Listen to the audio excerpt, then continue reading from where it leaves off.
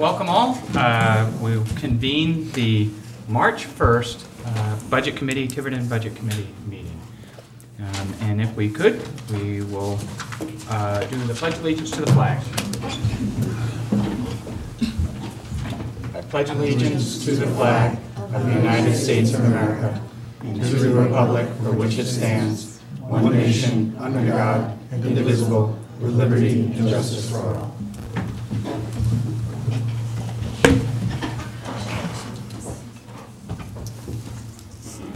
Mike, if you could do the roll call. Mr. Paul? Present. Mrs. Jocelyn? Present. Mrs. Janik? Present. I am present. Mr. McNally? Present. Mr. Edwards? Present. Mrs. Hollenbach? Present. Mr. Katz? Present. Mrs. Rochley? Present. Mr. Cody? Present. Mr. Leonard is absent. Great. So, as per our agreement, we would welcome public comment. Our preference will be is to accept that comment at the right time after someone's presented or has questions, and would like to limit that to 3 minutes and have it as relevant to the agenda as possible. Is there anyone in the audience in terms of opening? Go. We have all familiar people. So what we'd like to do is on the first item in terms of presentations today is it Mary Shahadi? Is that It is. Correct? From the auditing firm that did the fiscal 17 audit for the town. And I know this is something we've had each year, is to have her firm come and represent and let us know any questions or explain an overview, and then I think any questions from the budget committee in terms of what happened in fiscal 17. So welcome.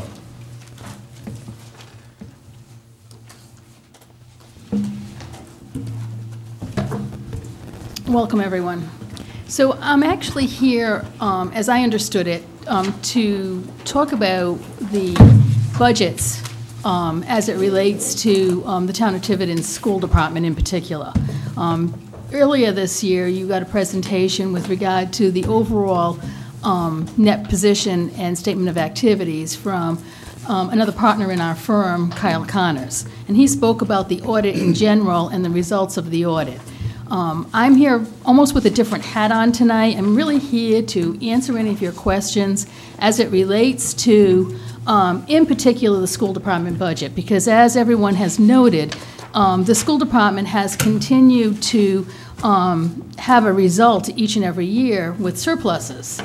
And one of the things that, you know, as an auditor, our job is really to just report to you on the results. But if I come here as a consultant, so to speak, and I speak to you about the budgets themselves, we can talk more about the details and maybe some of the areas that might be of a concern to you going forward. And so what I did, I don't know if I have enough copies here, but if you don't mind, I'm going to pass them around, and hopefully there are enough copies. But what I did was I went back to 2014, and I prepared an analysis for you of the school department's unrestricted budget and where their surpluses are coming from. Now, unfortunately, I don't have their detailed general ledger, so I can't give you as much detail as I'd like to. And certainly, you know, if you decide that you need some additional work done and you are interested in hiring us to come back and do some real analysis on those budgets for your purposes, you know, I'd be happy to, or happy to send staff. But if you look at the analysis that I gave you, There's not enough to go down, maybe. Yeah, if you could, please. sorry, I didn't know how many I was going to have. I'm thinking a subcommittee, so I was thinking not as many as the full council. So anyway, I'll continue for a little bit, and then we can circle back around. But if you look at 2014, 15, to some extent 16 and 17, it would appear to me that the school department is having some significant issues with their abilities to budget salaries. If you look at the salary account, they are over budget in salaries, $800,000 worth each and every year for the most part, from 2014, 15, and 17. Now, 16 stands out as to, my question would be why? Why did 16 come out pretty even, but the other years did not? Now, part of that could be, and I don't have the details, like I said, of their general ledger, but part of that certainly could be or could have something to do with their sped costs. But realistically, when you're accepting their budget as a budget committee, these are the kinds of things that would stand out to me to say, okay, what's wrong with the budget? It is clear that they cannot be hiring that many more teachers or administrators on an annual basis to create those kinds of deficits. I mean, why would you create a budget for multiple years and have a deficit? So I'd be looking at the details of whether it is something that they didn't plan on, which to me doesn't look like that to be the case since it's happened 3 out of the 4 years that I put on this analysis. Or are they, and I hate to use the word intentional, but intentionally under budgeting their payroll or their salary accounts? Because if you look at the account right below it, the benefits account, in none of the years are they under budget for benefits. So if your benefits completely or specifically relate, right, to your salaries, meaning health care or any other benefits that you provide, then why wouldn't your benefits be short as well? So I think they definitely need some assistance, if you will, in their ability to budget. But the biggest, sure, Just so to clarify, jump in anytime. So the benefits look even. They're Right. what is budgeted to what is spent. Is that correct? Yeah, exactly. So if you're budgeting your benefits based on your salaries, then it would make sense that if your salaries are going to be over budget, so are your benefits. So right from the get-go, I have a real concern with what they're truly budgeting for salaries. Then if you look at purchase services, which is the next line, and I do apologize, they're coming. Maybe I should wait.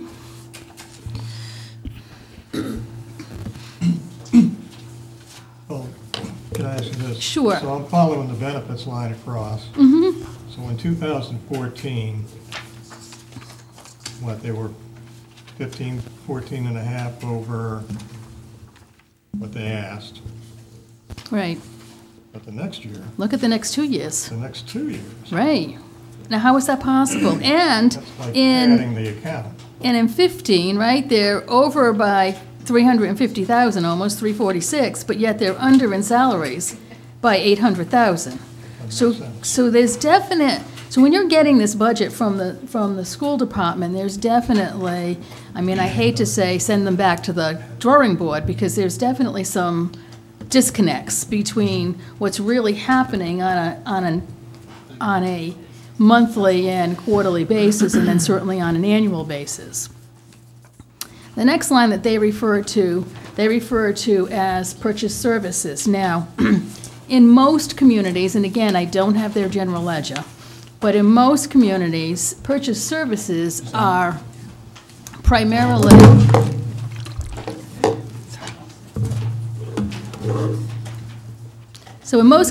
purchase services are primarily sped costs. Now, we all know that special education. Thank you.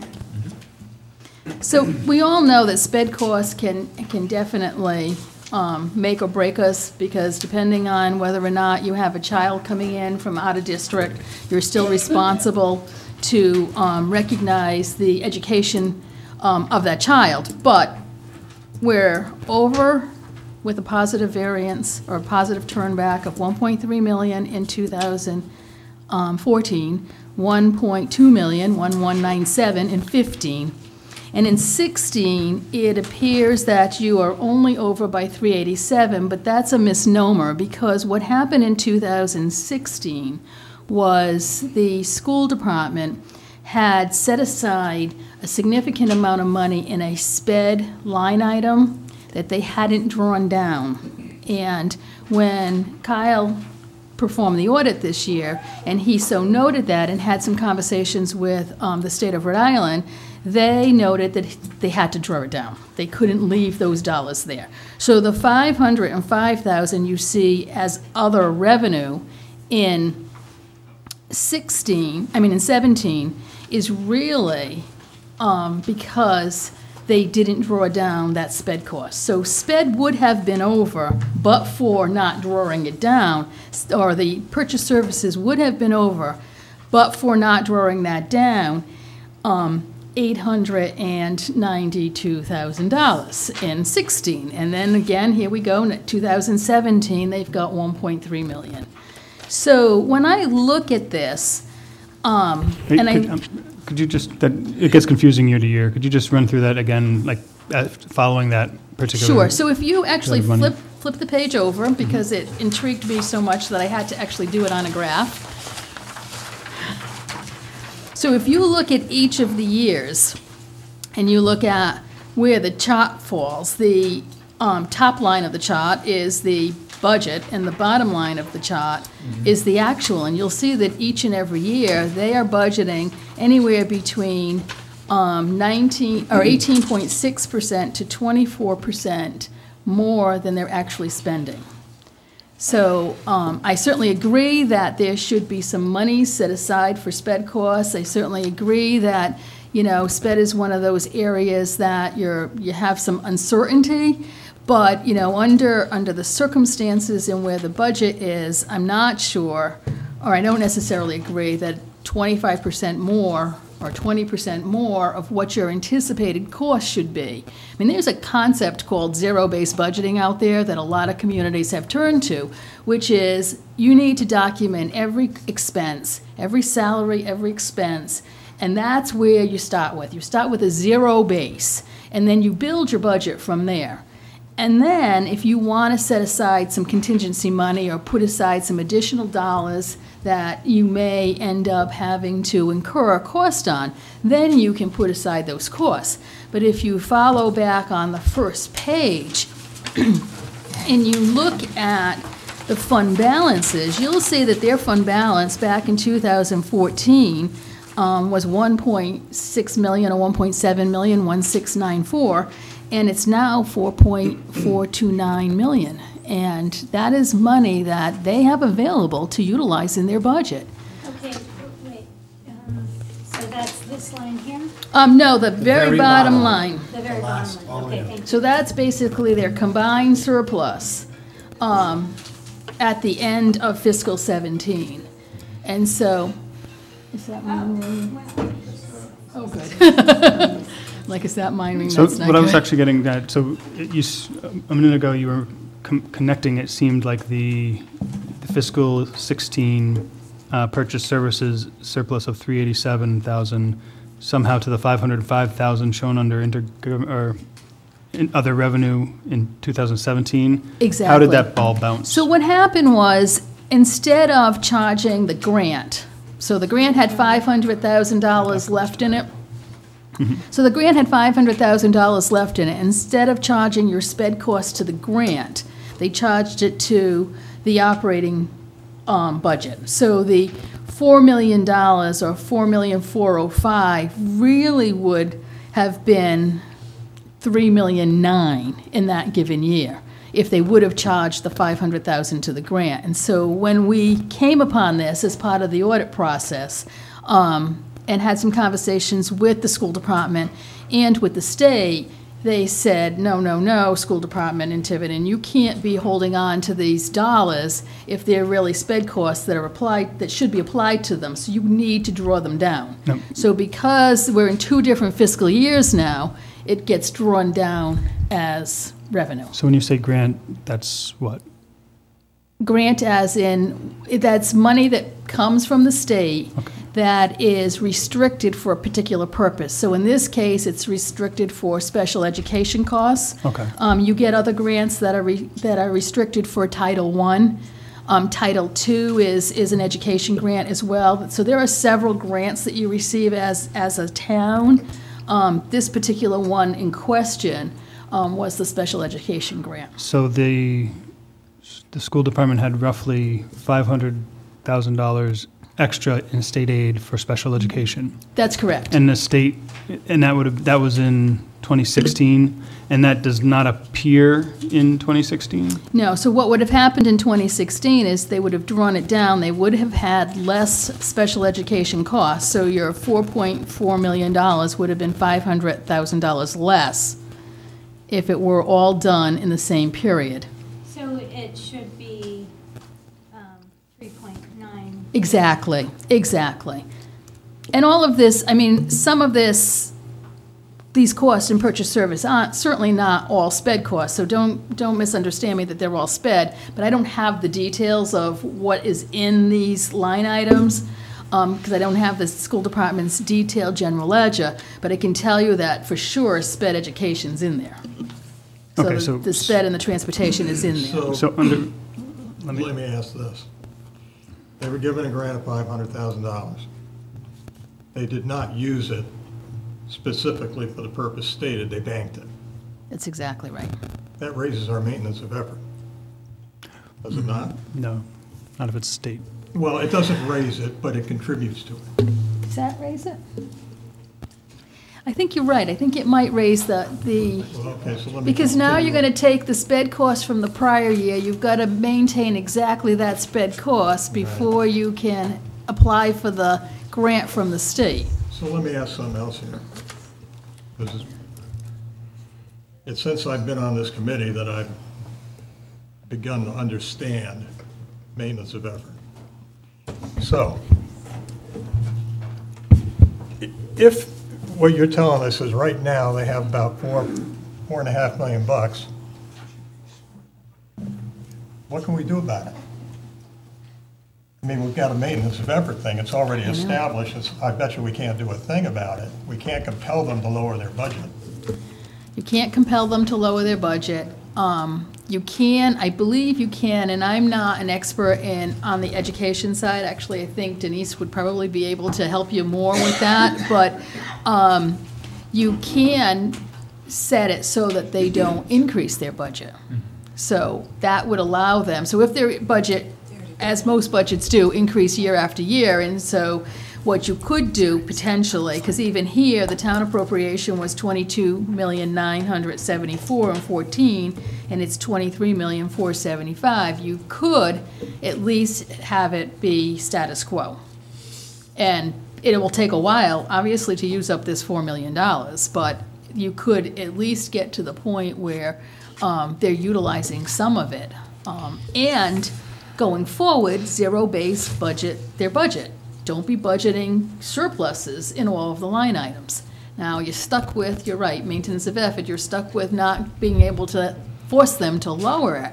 But I think as a group, sitting with that group, you need to have a conversation, whether it's a combined, I don't know how you meet here in Tiverton, so I don't know if you meet as a combined group or they make their presentation for their budget and you say yay or nay. I know that that becomes a problem, but, you know, I think at this particular point, someone needs to have a conversation with the superintendent and the powers to be, the finance people who are developing the budget, that, look, we really need you to zero base for a couple of reasons. We don't want to see situations where you're overspending your salary line if, in fact, you know what your salaries are going to be.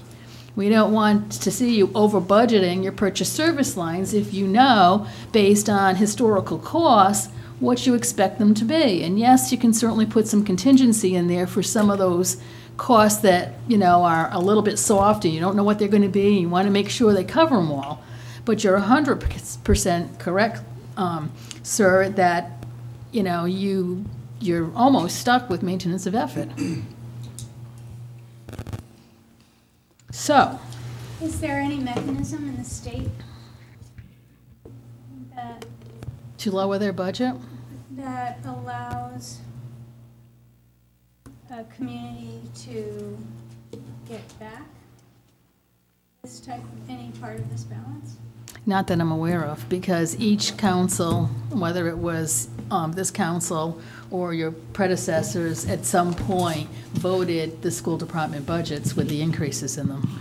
But can they be compelled to spend it? Because I'm sure that the buildings could use, I mean, we're talking about, I know they're doing the roofs, but there's other things that could be improved in the buildings, student services, I mean, can you compel them to spend it? Well, there are two things going on there. The first, and they said this last year over and over again, if they don't have the appropriate account set up, a capital account, if they had an appropriate account set up that they spent on capital, the state would reimburse the town side, I think 40%. And they haven't been doing that in the past 4 or 5 years. It's cost the town side about $250,000 because they weren't doing it in the appropriate way. They could do that, but also last year when they were here, I asked specifically their lawyer, and the school committee can vote to give the town money. So if we say, hey, could you vote to pay your middle school and high school bond this year, they could vote to do that. Exactly, they could And pay debt service. So it's entirely on those 5 people on the So school they committee to could- decide. They could pay a debt. We can't force them, the town council can't force them, but they could vote to do that. Because from a parent side, constantly we hear, we don't have funding for that, or we don't have funding for that. But you can see But that you that's can- not yeah, so really the give it- case. Give it back to whatever it was intended to be used for. Especially when you, I mean, they did do the roof bond, but when you walk around those buildings, that's just, you've been in them, that's scratching the surface. If you have $4.9 million, fix the schools. Yeah, I mean, there are so many There are so many trashed things. bathrooms that The are, that are don't even like get me going on the third world, bathrooms. they're creepy. Mhm. Well- So that could definitely, so how do you compel them to do so? Well, it's like she said, Run against them. we zero fund Run them, against them. and we tell them, that's all you're gonna get, and that's gonna compel them to use some of that money. I think they have to. But it's like, Justin brought this up time and time and time again during our meetings with the school superintendent, and it was almost like his attitude seemed to be, well, it's my ball, and we're gonna play it the way I wanna play it. And he was not very forthcoming about any in-depth information. So one of the other things, though, that I'd like more information about, and probably you're not the one to ask, but isn't it possible to have a few students that have sped needs that come into the system that could require $1 million? Or like $1 or $2 or $3 million. If you get someone who needs their own bus, they need 3 or 4 staff to work with them. Not only that, I mean, IEPs change throughout the year. So you meet 3 or 4 times with an IEP, so their services can change mid-year. So, like, is it,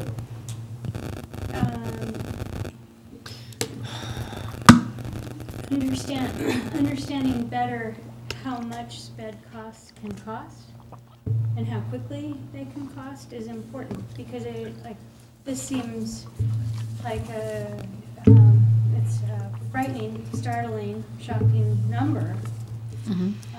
But is it there because they can exponentially increase depending on who enters the system?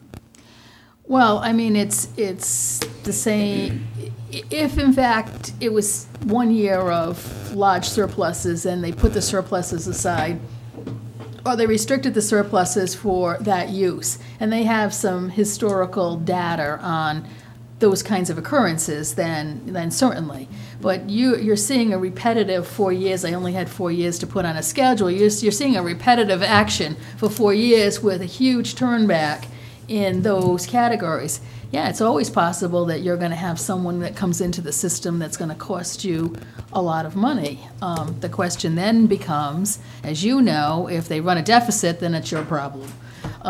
So it's kind of a catch-22, but you know, at what point, what dollar value would you feel most comfortable with? I mean, that's really something to think about as a team here, is what dollar value do you feel most comfortable with allowing them to have, and I don't say allowing them because they do as you indicated, which is across the state, so you're not unique, but, you know, having conversations with them and working as a team between the school department and the town as to what would be a reasonable amount to have in their fund balance for these kinds of one-time, not necessarily one-time, but they could then adjust their subsequent budget. So again, zero base, you would know which children you have, you would know that you've gotten, an influx of IEPs on, 2014, you didn't have any new ones in 15, maybe you had some in 16. Okay, so let's estimate what those costs are and put them in the 18 budget, or in this case, they're building their 19 budget. So right now, I don't even know what the 18 budget's gonna look like. You could have another significant turnback, if you will, or addition to your fund balance in 18, because 18's not over. Can they put, not the whole amount, but can they put a portion in a restricted special education to kind of safety net themselves in that type of situation? Where Yeah, you but I don't, believe they can, because this would be their fund balance, they can restrict a Instead portion of of leaving it. it in like their general. I believe they can. Does your firm do other public school systems in Rhode Island? Yeah, we have 10 or 12 of them. Great. So so one of the arguments that the school committee had last year, and most of this committee, this is the town budget committee, what we heard last year was having that fund balance allows them to handle unexpected capital costs, things along those lines. But what didn't seem is that for the town in general, we need to keep by state law. Is that correct? Like a 3% fund balance. Is that correct? I don't know if there's, not that I'm aware of, that there's The a charter. specific The amount. Charter. The town allows you, and the state allows you, the state actually sets a maximum, you can't have a bigger one than 5%, but it's the charter requires for our entire operating budget, 3%. And that includes the schools. No, well, in the calculating what the 3% is, what it has to be, that includes the schools, but their balance doesn't count toward that. Understood. So the town on its Right. books has to carry enough to cover the schools at 3%, but that doesn't include this money This that they're amount, holding. that's correct. Correct. So I think as a budget committee, without some advice from an auditor who's looking at that, something for us is that the prudent, through the charter, saying here's an amount of money that we should have in our reserves for a rainy day, because if things go sour, we can use that. And the 3% calculation includes the whole kit and caboodle, the municipal side of the budget as well And as the the school school. side.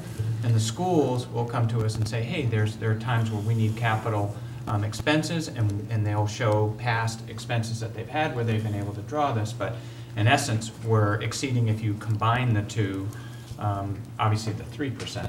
How much it ends up, I'm not sure. But Yeah, I don't have I it guess a calculated. question for you would be, is looking at other school districts, particularly ones in Rhode Island, is it common practice for the school to be carrying their own fund balance? Well, it is common practice in the sense that, similar to yourselves, if they run a deficit, it's the town's problem. If they have a surplus, it's their surplus. So it's very similar across the state. I haven't done this kind of analysis for the other 10 or 12 that we have as a client, because again, this is really beyond the auditing process. But I certainly, it wouldn't take long to put them on a schedule, at least do 2017s, and I could tell you where you fit in terms of the percentage of your budget or something with our other communities. And everyone else's, so even the communities that we don't do, their financial statements are available online, so it wouldn't take a whole lot of work. I mean, it would take a few hours, obviously, maybe a little more than a few, but we could put them all on a schedule, and you could really see where everybody's fund balance is, because everybody's financial statements are available, whether they're, the city of Providence or the town of Little Compton, they're all available. so having this type of dollar amount may not be unique. It's high. On the It's school high. side, On the school definitely. side. I mean, in total, we're probably in the double digits as a percentage if you include the school surplus, So let me which ask is this high. though too, like if they, let's say they spend it and they don't have it anymore and something happens that the capital has to come from the town 100%, correct? Just about. Hypothetically, if they didn't have, like, let's say they spent it all and Well, and it- something happened, whatever, capital expense, something's not working, the money would come then back to the town to make up that? Am I correct in that? Well, if there's something that, for some legal reason, has to be done, Like, I'll use, The roof they blows use, off. they use Yeah. the septic all the time. They had the money for the septic, but let's say they weren't sitting on that money. And that $800,000 or 780, whatever it was, if they didn't have that money, then they would have to come back to the council and the town would have to absorb that cost if they did not have this money. And trust me, I don't think they should have this much money, but they should have Right. something. Well, right, but the advantage of that is that $700,000 would never have been in the maintenance of effort. That would be a separate capital spending on the building, so that would never have counted. And regarding the surpluses, I have audits back to 1990, Should I have went had him back. do it. I went back as far as I could on the surpluses for the schools. For some reason, I couldn't go past fiscal year 2. And consistently throughout, from 2002 to 2011, it was $200,000 to $500,000 consistently that whole time. And it was in fiscal year 2012 that it started going up $1 million every year. Did enrollment drop during that time? Because was that not during the housing crisis where a lot of Enrollment housing- hasn't stopped dropping. We've lost over 2 full grade levels of students since the turn of the century. Is that recent though? Because I Grade know, levels, like like third grade and I know fourth the grade is gone. elementary, since kindergarten has been introduced, the elementaries, like Picasset was at capacity. Enrollment, We got a second, third grade second grade this year. enrollment's going down. Totally, the total is First 2 grade. grade So, yeah, we levels got an down. additional- It's like 15% drop in enrollment in the past 15 And that's years. 2017 enrollment? Yeah, I think the drop just comes more in the middle school and the high school than the elementary Right, school. yeah, a lot of people do leave. Yeah. Or you opt for private at that point? Yeah, But exactly. the elementary schools, they haven't seen. It's like, I'd have to check. Elementary schools are up. Sahadi. I'd be curious to see what the numbers, because I know we're at like 262 at gas. But with regard to the surplus, I mean, as far as budgeting for sped, that, I haven't identified anything that would have caused that to change recently. So they were doing fine budgeting for that for the 15 years that I could trace until 2012 when they started having $1 million surplus every year, which I think was related to the President Obama stimulus budget and how that was accounted for. So my question is this, so this $505,000 in the purchase services, that didn't necessarily, as far as you can tell, that didn't necessarily appear in fiscal 2016. That was just when it was identified and the state said, no, you can't count that as just spent money and sit on it. Exactly. So in 2017, when we did the audit, because a lot of those grants, because they're federal, they roll, because even though they're state grants, they're federal flow through to the state. When we did the 2017, and we were auditing that fund, we knew that they hadn't drawn down the monies. So that's how it all started. So in you terms of- do know that particular $500,000 came from federal money? Yes, Okay. yes, it was sped.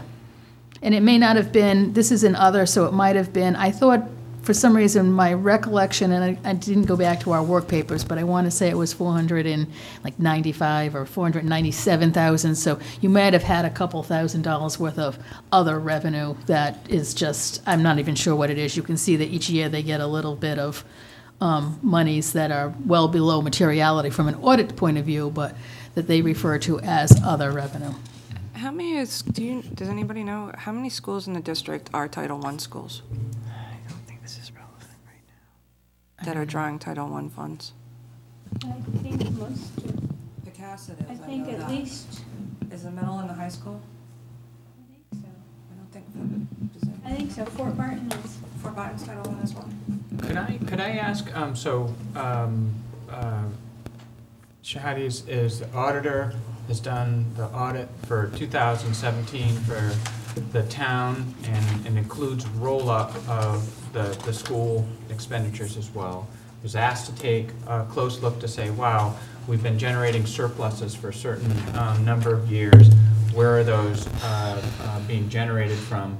And where do we stand at the end of the year, in particular from just the school to say, where is their balance, correct? Correct. And advice is, it's like, wow, I'd take a look. It seems like they blow their brains out every year on the salary line item, but then are doing incredibly favorably well when it comes to the purchase services, which is primarily the sped. I guess what I'd like to do is I appreciate your answering questions. I think for us, we will have, we've invited the school committee and the superintendent to come before us. It looks like it'll be the 15th was the date that Dr. Larkin and Mr. Rurick can come. So questions for them about why did they see these? It's the numbers, ma'am, correct? Exactly. Not policy or being expert in schools. So I'm not saying you can't ask her questions, but I'm feeling that's not Right. your role is to answer, Exactly. To answer those things. But to me, it's something that if looking at other school districts or best practices, that'll be something, and there quite well be some good explanations from the school committee. We can see, but these are certainly things that as we're looking and found last year, and I'm sure in other years, it's like, boy, times are tight. We have this, but here's the largest, as a percentage of our overall budget, the school, they're consistently running for 5 years straight, some surpluses. Mary, may I ask you a question? Sure. I'm new to the budget committee this year. So the one question I have is, do you have any guess, because you're the professional, about why 2016 came out so much tighter with salaries?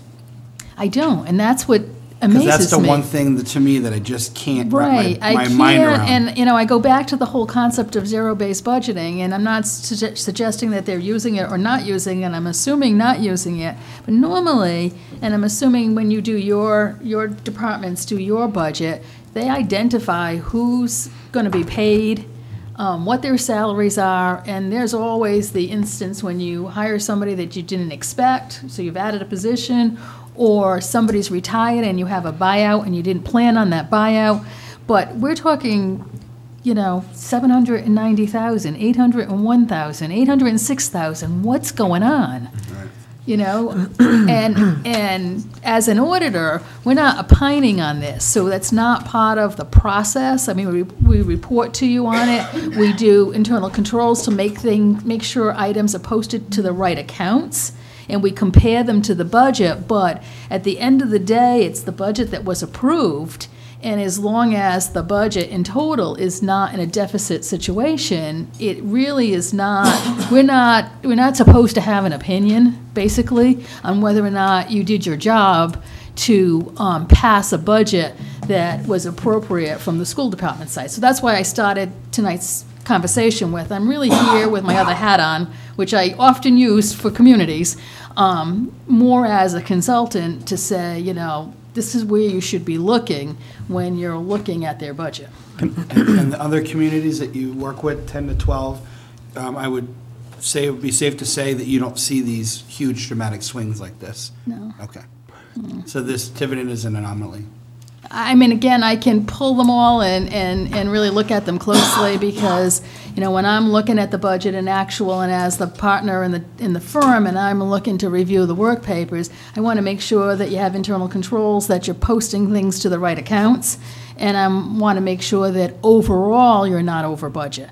Because if you're over budget overall, then there's a finding and there's a reportable matter to discuss. But if you're not over budget overall, it really is a matter of whether or not you had good management in place to appropriately create the budget and then manage that budget. And that, that also goes for now on the on the town side, you'll notice that the town has always required a lot more detail.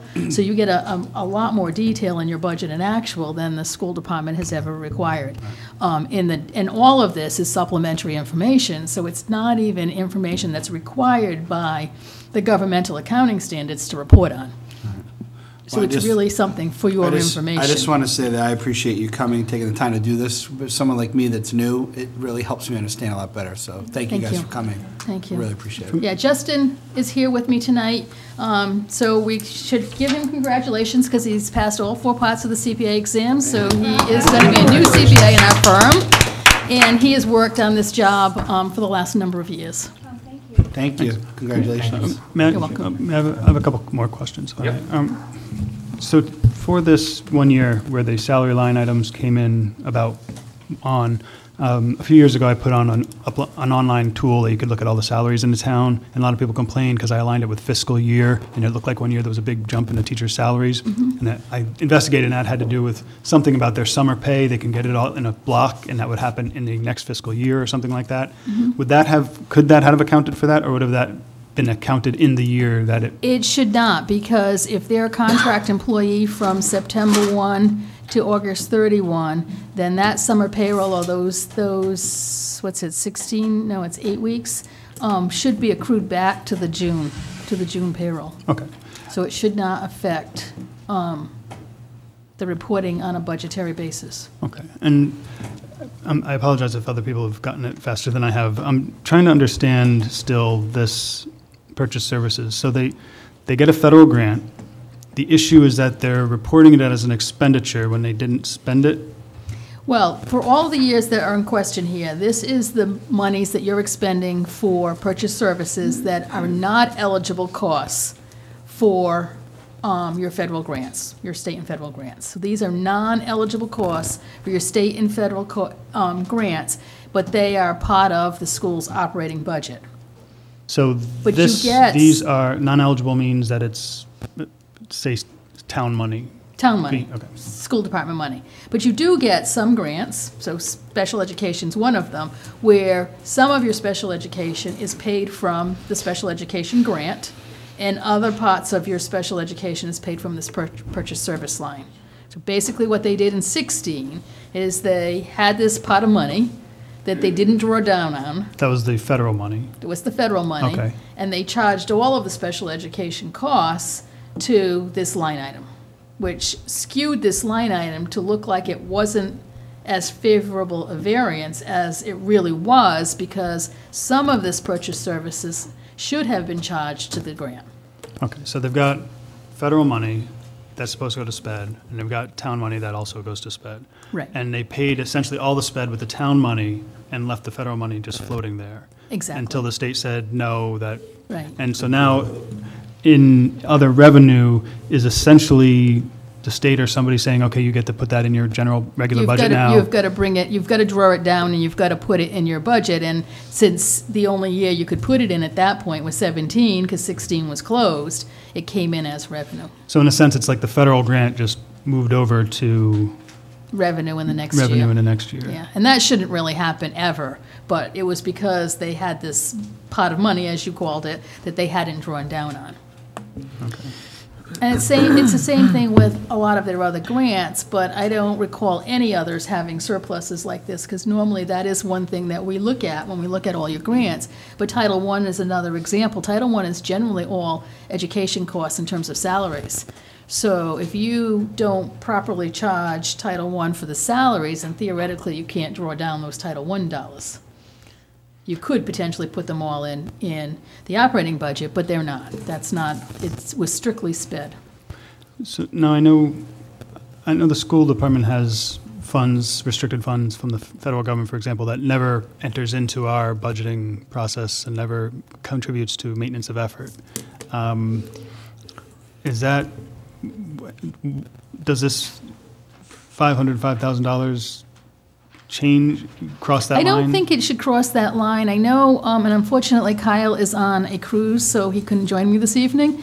But I don't believe that that will affect it, because at this point, from the state's point of view, you've now spent your entire 2016 SPED grant, because you've now drawn down the remaining money. Okay. I don't know whether they were forced to do an amended report, meaning the school department, because they would report on an annual basis, or what's referred to as a final report to the state as to what their grant award was, what they drew down, and what they expended. So I'm not sure that they had to amend the 16, or whether the state worked with your school department and posted it all through your 17 grant. I'm really not sure. Okay, and probably my last question. So we've also resolved in the past 10 years that any money we appropriate to the schools, whether it's local money or state money, only the local is toward MOE, but we're liable for the state as well. So if we budget for them a certain amount of money and state revenue comes in low, we have to make that up on the town side. Do you Well, see that interacting with this $500,000 in any way? No, and actually, if you look at the budgeted revenue for state, and it's hard to budget it, because of course you don't know what your state aid's going to be until well after the budget process begins and ends. But if you look at it, except for 14, I mean, it was 31,000, 27,000. So the amount that you budgeted versus the amount you received was negligible. Well, no, what I'm getting at more is if what would have been claimed as outside aid, which the town wouldn't expect to pay, but would be liable for if it came in low, whether that would have been, this $500,000 here would have contributed to that number. So No, it Just to- shouldn't have any okay. effect, and that's why when this number got recorded in 17, it didn't even get recorded on the intergovernmental line, so not to confuse it with the other state aid that you would normally receive. okay, I got you. Because realistically, it is intergovernmental aid. But it was recorded on a separate line, so it wouldn't get, as I said, confused with your other state aid that you're receiving Okay, and budgeting for. thank you. Can this kind of shenanigans endanger grants in the future? It's hard to say. It's hard to say, because it could be just a mistake. I know there was a change in personnel. It could be just that they knew that they needed to draw it down and forgot. I mean, I don't know. I can't say. To me, they've drawn it down every other year, so it's hard to believe that they were leaving $500,000 in a grant. And I'm not trying to stick up for them or not, but $500,000 in a grant that they should have been drawing down on and didn't.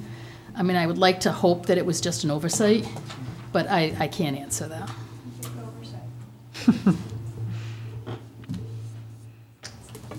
Any other questions for Ms. Sheehy? Again, thank you. Appreciate You're it. welcome. And, anytime you have any questions, if I can help you, we're more than happy to try to assist in the process. But again, a lot of times, we're up here at this level because we're doing the audit and we're looking at it from a materiality point of view and opining on your financial statements. And we're not necessarily, unless we find a real deficiency in the system in terms of internal controls, not necessarily looking at it from this level or reporting to you on this level. So if you ever have any questions that you want to raise, certainly we would be happy to answer them for you. Thank you very much. Thank You're you, welcome. guys. Just a quick question. You had said 5 years where the 1 million each year was overspent. It was actually 6 years if you go back to 2012 to 2017. So just mentioning that, 6 years where they accumulated that extra million. That's from, yeah, but she gave us the first year that started was 13. No, but Justin said that from 12 onward is when they started accumulating the million. Okay. Okay, that's all I'm saying. Just making sure you know. Is that right, 2012? I mean, if you look just at the growth in the surplus, you don't see the million every year because one year they spent $700,000 on the septic system. But had they not done that, they would have had an extra $1 million. So it's pretty consistent for all those years, $1 million added to the budget every year. I don't think any of us have a problem with the school having a certain level of surplus. I mean, the Scout. However, $4.4 million is a hell of a surplus. They have to have kids.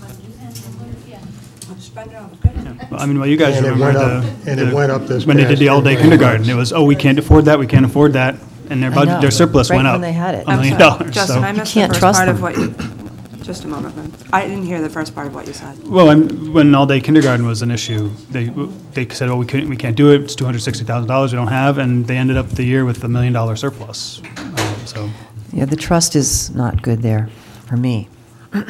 Well, as I said, I think we'll have our day with the chair of the school committee, Dr. Larkin, and the superintendent. I don't know what they're doing in terms of a business officer. Somebody do it. We have someone, but obviously these are good questions. I just have a question too. This budget analysis was specifically for the school department. Will we see this type of thing for other things, like for the town as a whole? Or why was it specifically just the school department this evening? I think what she said was, You'll receive She saw this big- full audit. this delayed it a little from getting printed, but when it does, the budget committee receives. We got that email. We got the it in initial one in It was like email, 100 right. pages. But will it have analysis like this for other specific It is, departments? it's on a page there, I can identify, I think our surplus was it 1.9 or something? Certainly much lower. Lower than But what? you have to remember, if something happens in the town, something catastrophic, that you have, it's not that school surplus that's gonna pay for it. It's No, because they don't have to your give town. it back, correct? Right, so that's why we always try to Right. put something towards. So that audit, I think, have we sent that around, or did I send it around? You did. Yeah. Right, so it's kind That of was the a, draft. That was the copy. initial, Draft copy. But Yeah. the bound copies will come in as soon as, they had a little backup here with this, but they're just about ready, so they have them all printed up, that's part of the audit contract, and there is a copy for each. And then you'll be able to identify the pages, that you'll see the same information over. That's what I wanted to ask. But for anybody who can't wait, the official one is available on the municipal finance website on the state. it's a final. Yeah, the final one. And the total fund balances for the town 3 point something. is unassigned is up to 1.9. That includes $400,000 from the sale of Essex, which has to go toward Essex, but I don't see any reason it can't just pay down the bond this year if we wanted. That's what we said we were going to do with it. Well, it has to go to it. It doesn't all have to be at once. It could this year just to pay it all off, or, but Yeah, let's do it before somebody swipes it. that would be my preference. Of the surplus, yeah, about roughly $400,000 of that is from the sale of the Essex Library, which by a resolution at the last FTR has to go toward, well, no, toward the library, library capital. And we have the whole proposal on that with our revenues, that council will be taking a final vote on Saturday. And so you'll get with their final proposal on revenue estimates. Because that money would have to show on the revenue side if we paid pot as well, so. And it's all set already for the council on Saturday, so. Great. They'll be making their final votes. So what I'd like to do next is, as we continue, we've tried in general a practice of hitting the largest departments and accounts and moving through, but the town council, as they're trying to come up with their budget, what they've approved with their department managers, they're not necessarily doing it on the same schedule they're doing it. So what I've been working with is Mrs. Mello through the week to find out which ones of these accounts have been reviewed by the town council, where they feel the department managers, or Nancy as the interim town administrator, can speak to what the budget requests are. So the list, there's actually a couple here that we've done and a couple that aren't ready. But I think if we could do the senior center first, if that works. And I apologize, name? Janet. Janet. Janet Holmes. Janet Holmes, thank you. Pocassa is the only one. I don't know. Gotcha. I looked it up for you. Thank you. You're welcome. Got me curious. Brandon, I just wanted to make mention, on the 15th, you said the school is coming, but remember you had me schedule the police pension as well. Okay, just letting you know, they did agree on that. Great.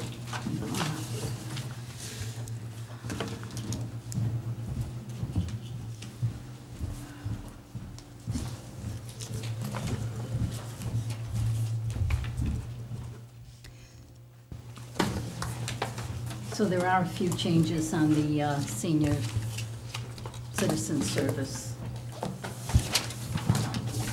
that the council voted on this past Monday. Do we have copies of the latest? The only change is the senior, they were supposed to take on a lot more Monday night, but they ran out of time, so the only change from what you have dated 17th I'm going to give you is the senior numbers. So for those of you, in terms of the docket, the spreadsheet, it's page 12 for us. It's account 6110, called the Senior Citizens Service. And the date, the last one that we're working on in terms of this spreadsheet is the February 17th version. That's an enrollment.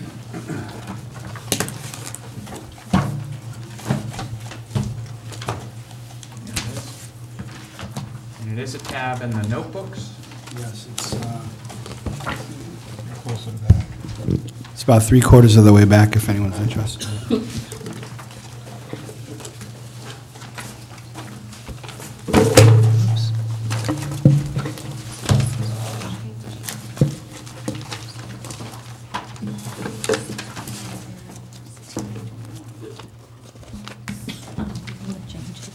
And then you explain when you have questions, 'cause you.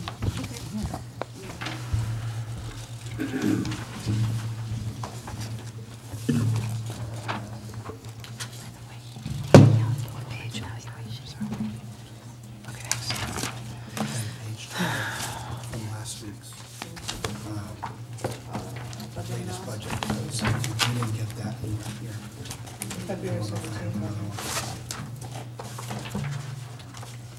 So Nancy, do you Well, I'll use give you the Janet? numbers, and then Janet, Right. I'm sure, can explain. And so you have some that, if we're looking at the far right column, you're saying Right. these are updates that have been reviewed that On don't? page 12. Great. So obviously, the council's meeting Saturday, and that'll be their final, and you'll get these in it. But under travel expense, there was $1,000. They have reduced that to $600.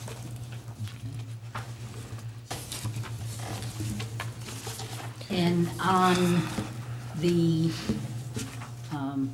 line 7470, the supplies, activities, and instruction, and the line right under there, activities, instruction, and then it says restricted. Those two lines total 5,000 and 1,000. The council didn't agree to that. It's a program that Janet's hoping to do, but they did not agree to that this year, so. To which one, both of them? To or- both. So we, however, they brought line 7470 back up to the 11,300 to maintain the service as it was. So strike 5,000, strike 1,000, and then combine it and say is there's 11,000. 11,300. 11,300. And Janet can explain why what her intent was, and it just wasn't fully supported by council. And Well, it what was does that something make the they total? couldn't They based on the couldn't do charter. due to the charter. Yeah, it was, What does that make the total then? Well, they have one more, the Yeah. building maintenance. They felt they had done quite a bit of work up there. If you have gone into the senior center, it really is looking good up there. So they reduced it $1,000, so that 8,000 would become 7,000. And it would bring the bottom line to 121,686. 121,686.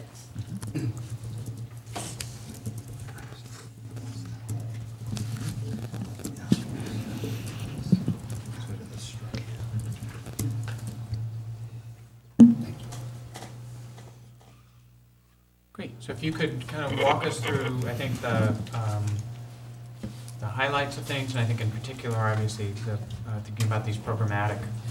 well, what I had thought would be a good idea, which I found out that we can't do it, but basically, the way we do activities in the senior center, you know, exercise classes, you know, chorus, different ones, they charge a fee for $3 each time, you know, if they're a member. And if they're not a member, they charge them $6, but it's better to be a member, it's only $5 a year, so it makes more sense. So anyways, we collect all these little class donations of $3 for each thing, and every 6 months, I pay back the town. So over the last few years, we've paid roughly about $4,000 to $5,000 every 6 months. It actually averages out to about $48.70 every 6 months, which is wonderful. But what I was thinking was, why don't we put that into an account? I use that to pay the instructors directly and then reduce that account so that, basically, Asking us from the town. yeah, and Not it's just, pushing money plus it sometimes. pushes me to make sure that, those instructors are getting that much money in their class, so that it balances out, because you don't want to run a class that's not profitable, it's gonna pay for itself. So to me, that made sense, but they told me that the way the charter set up, they can't have these independent accounts or something. So we just went back to the way we were doing it, which is fine. I mean, it comes down to the same thing. To me, it just was more direct. I don't know.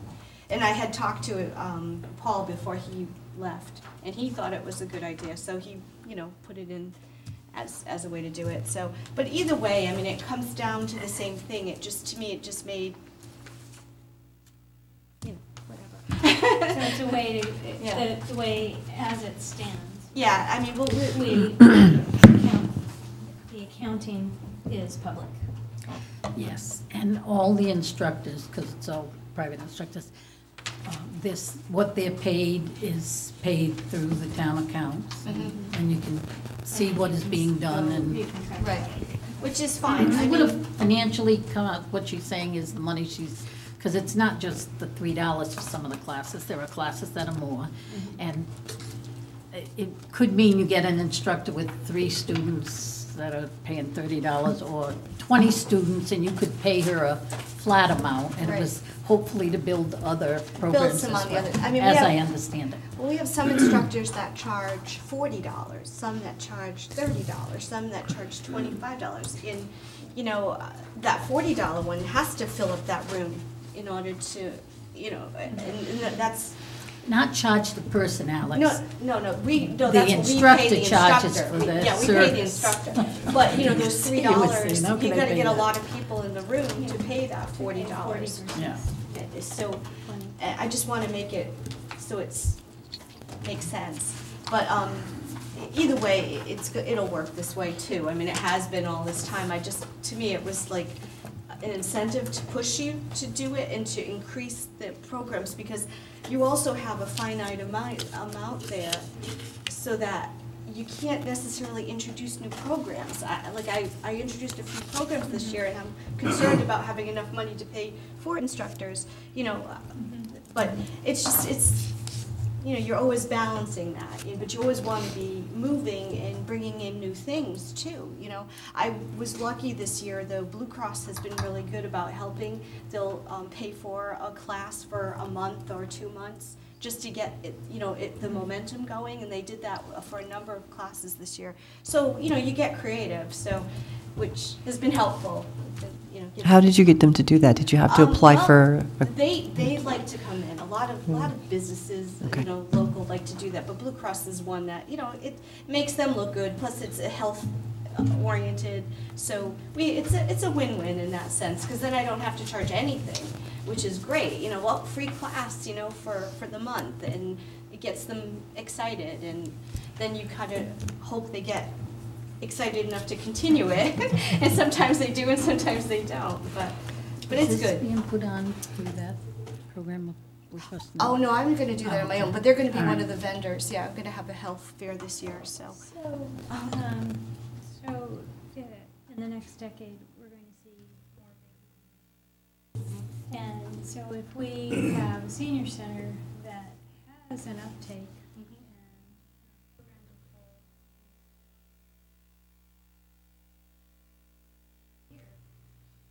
are full, can our director of the senior center come to the town council and request more funds? I'm sure if she had a particular program that she wanted to do, if she went before the council, they'd probably be amenable to saying, yes, out of our contingency, we'll allow the $50 or whatever it is for the instructor. So there But is- it isn't that they were completely shut off on this idea. They just don't see how it would be done feasibly yet. I mean, Janet will keep readdressing how to get these programs. She's very active in bringing this stuff forward. So it's not saying no. Right, No. right. No, it was, they weren't like, They didn't understand, for one thing, she had addressed it with Paul, but Paul wasn't really, he had only been here 6 months, and this is his first, would have been his first budget. So it's not that they won't address the activities and supplies and funds needed, but for this year, they weren't in agreement with this program, this system.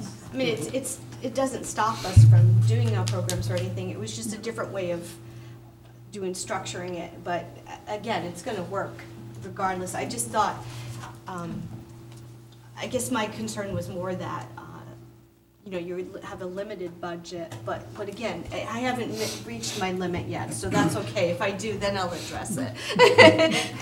You know what I mean? But. So it wasn't just shifting numbers around, though. I mean, there's the dollar amount change is significant. I mean, the department you requested a 1.6% increase, and now with this change, it's a 4.9% increase.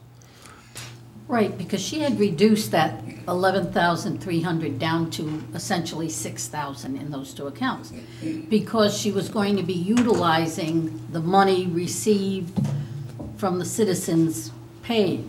Yeah, I wouldn't. But now she's not. She's got to budget completely for the activity, for the supplies for the activity, for the instructor.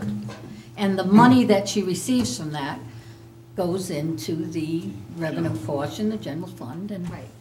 so that increased it automatically, 6,300. We level fund, won't say I don't have a vote, but council level funded the amount that she had from last year, which she's tracking there, and they just went back to it. By doing that, it added 6,300 to the. So let me see if I can understand. The $6,300, the town, in theory, receives that either way.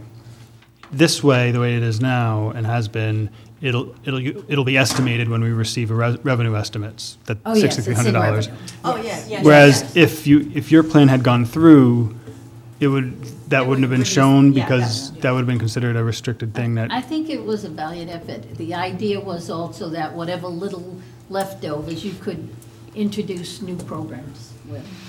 And it's not something that the council will just forget about. I'm sure Janet will keep raising it on how she can do it and how get those little programs in. But they did not agree with just saying, okay, because we would have no control. You wouldn't see where the funds were coming in, because it would be, right, so they disagreed with it. So, but at the end of the Which day. Janet will live with. Oh, yeah, I'm not, it was a thought, you know, I kept thinking, oh, doesn't it make more sense to do it this way? But regardless if it's more sensible, it's still gotta follow, you know, protocol. You know, I understand that, and I can live with that. Can members of the senior center use the center and bring in a teacher that they want and pay her on that? Well, I don't think they're supposed to do that, because it's like under the table kind of Yeah, thing. you shouldn't be Yeah, judging. apparently that was going on for a while, and I stopped it because I didn't think that was ethical. Because it was basically, she would take all the money on one day of the week, and I said, I'm not supposed to be doing that. So it's got to go through the system, So- you know, it's got to be accounted for. This change is, as far as I can tell, 100% accounting change, right? I'm sorry. If it had gone to this idea, yes. I'm not quite Right, sure but- Paul but understood going back and the forth process. doesn't change what programs are offered. It's just. No. It's just no. one, That- in one it's a restricted account, one it's not an account. So you're still charging, so there's no need, yeah. there would be, in theory, between these two options, no need for an off-the-books No, it activity of the doesn't have seniors. to be. You just, I just think of it as more of the, Self-funding over time. yeah, but it was, yeah, And kind it of would have self-funding, increased a but it little was bit. also would push you to, like, I thought it was more of a, you know, it was actually pushing to get more programs in a way, because you're funding, you know, it's a generating, I totally get it. yeah, thanks. But in practice, it's really just a question of, I mean, you can do all the same stuff, but you would have to come to the council and say, I want to generate this amount of income to have this program, I just want to make sure you're not going to take it away from me when I collect it, Yeah. basically. Whereas if you had a restricted account, you could have skipped that step. But So- see, you never know how many seniors are going to participate in that program. So if you have to pay that instructor $30, but you get 50 people there at $3 a piece, you have more than the instructor's amount. So it would have helped to build a little kitty to. For somebody that, another program that's not For another doing so program, well. to Yeah, enter, yeah. yeah, so that there might be a program that you're gonna pay $40 for an instructor, might be some kind of health program, but you only have 5 people there, and you're gonna be short on that one. So it would So you have, can that have was, more the variety intent and was to try try to- to, Kinda, yeah. yeah, but it just didn't work out, so we're fine with the way it Yeah, is. it's Janet's all right. fine, the I'm not- council's yeah. fine. But you have authority over this. Nancy would be a very good instructor in cooking. Oh, really? Ooh, I would She's like to very do good. She's cooking a good cook. classes. We got a good kitchen. We don't cook. I know she's volunteer. Telling stories. Okay. But you have authority over this 11,300, right? You don't have to go to council for permission to spend every penny of that, do you? No, that's So the what, money we why use. can't you Well, do that's the what I same do. thing? That's what I do now, you know, for all my instructors. They bill me every month and I pay them and it goes through that account. Right, but as long as you don't go over this amount, you can say, I made extra money here. But that 11,300, that also includes my printing. It includes, supplies. It's not just the instructors, so that was why I was kind of separating it, but again, we balance it, we're making it work, so. Well, I'm just trying to understand the rationale for switching, trying to get the restricted account. So if you, Yeah. so the idea would be if you had an unexpectedly successful program, that would give you extra money without asking the council to do some other program. To other To try programs something to else. put it Whereas together. 'Cause now- that money would have been just for instructors. I mean, it was specifically, if it were to do that, it would have been, you know, only for that one purpose. You know, it wasn't like I could take it and, you know, buy new furniture or something. You know, it would have been a specific use only. Right. Whereas now, under the current situation, if you had an extra $100 from some successful program, that would go into the general fund, but you could come to the council and say, hey, we made this extra $100, I'd like to try this, will you Yeah. approve it? And they can say yes or no to that. Yeah, I mean, the fact that we are bringing that, I would hope that in that circumstance, we could, you know, if you know, you get $10,000 a year or so from us, it would be nice It's to a know. minimal amount, I'm Yeah, sure, if yeah. there was something If need specific. be, I've got Well, a. I could see where the problem is as activity increases and people are attending more, Yeah. that the time it takes you to come to the town council to ask for funds, you're wasting a lot of time. So I could see there's an efficiency Yeah. in doing it as the way you propose. Proposed, yeah. Can people order anything from up there, like for knitting? Do they I order? know a lot of people ask about baby sets and stuff Oh my God, like we have so many beautiful things. that. I know, the mittens, is out of the, people all over the state talk about it. Oh, they're wonderful, wonderful, and it all goes to charity, everything they make, all the money that we make. If Isn't it somebody the wants stop program? baby bonnets or something like Yes, that, can yep. they order them? Yes, yeah, yes, you could. We might already have it, though, you should come shopping. Every baby shower I go to, I just go downstairs. Great. I bought it off there.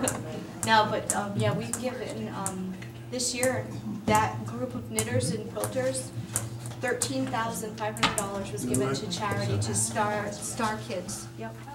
All from, and on top of that, they also gave products to the schools, they give to the hospitals, the homeless shelters, the veterans home. There's loads of them. Starbirth, They do it really. they do. They just have a wonderful. couple of sales sets. They hold them at Sconnet. Not anymore. We're gonna be having them at the senior Right, center at the 4 senior times a year, every season. But they do, I mean, I bought Afghan Yep. stuff from them. Yep. Very nice. Yep, the next one will be the day before Mother's Day, so come see us. We are thinking about seniors though. Well, Win. I've given, everyone in my family has scarves and hats and. Could I move on, Yes. one of the heat was something that over the years, 4,000 was some magic number. Oh, you're talking about the electric bill? Is it electric, excuse me, From yep. $4,000 to $6,250? Because of this, did you guys get We're this? gonna address the electric Saturday. We've got it all set up. The treasurer's been working on it. The electric, when the town agreed to convert all the lighting and stuff, it came with a amount that they financed. And so what happened is, and it was staggered, like they didn't do all the buildings right on July 1st and this, that, and the other. And some of the buildings weren't changed to the, is it LED lighting? Yes, I believe. It wasn't as cost efficient as we had hoped. However, what is being done is their electric bill in usage and kilowatt hours and all is not going up. But to each month, they have attached part of that financing amount, the 95,000 overall, and on each department, you're gonna find it with Town Hall, all the fire stations, DPW, Senior Center, we are paying back monthly part of that fee. So we're supposed to save it on the energy usage going down and stuff, but it hasn't realized that yet, because most of them have 48 months or 60 months of payments. Anyway, it's all spread out for you, very easy to follow. So what the council has done is to say, every department is coming in and saying, we need a lot more, because like the DPW, they're paying $410 a month, in addition to the regular electric bill, which may be going down, but they're not seeing it because of this 60 months of paying. So we also have a plan for that, and we have kind of leveled out the electric accounts, and what we're going to do is go back and address Saturday just the electric accounts in each one of these buildings. Okay, great. And the senior center went up by $179.85 per month. We have it $8,006.33 to pay back over 48 months. So that increased our bill by almost $180 a month. So basically doubled my bill. So I did a whole spread out of the last 3 months, and the kilowatts haven't changed, but the prices went up.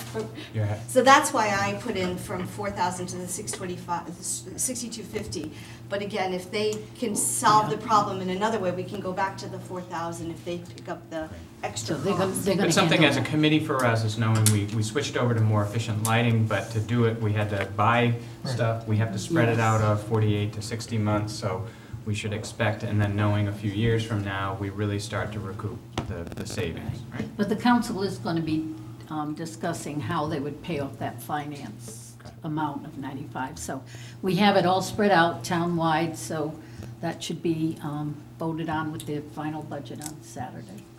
And that could bring my budget down if they pick up that. Right. Then mine could come down a little bit.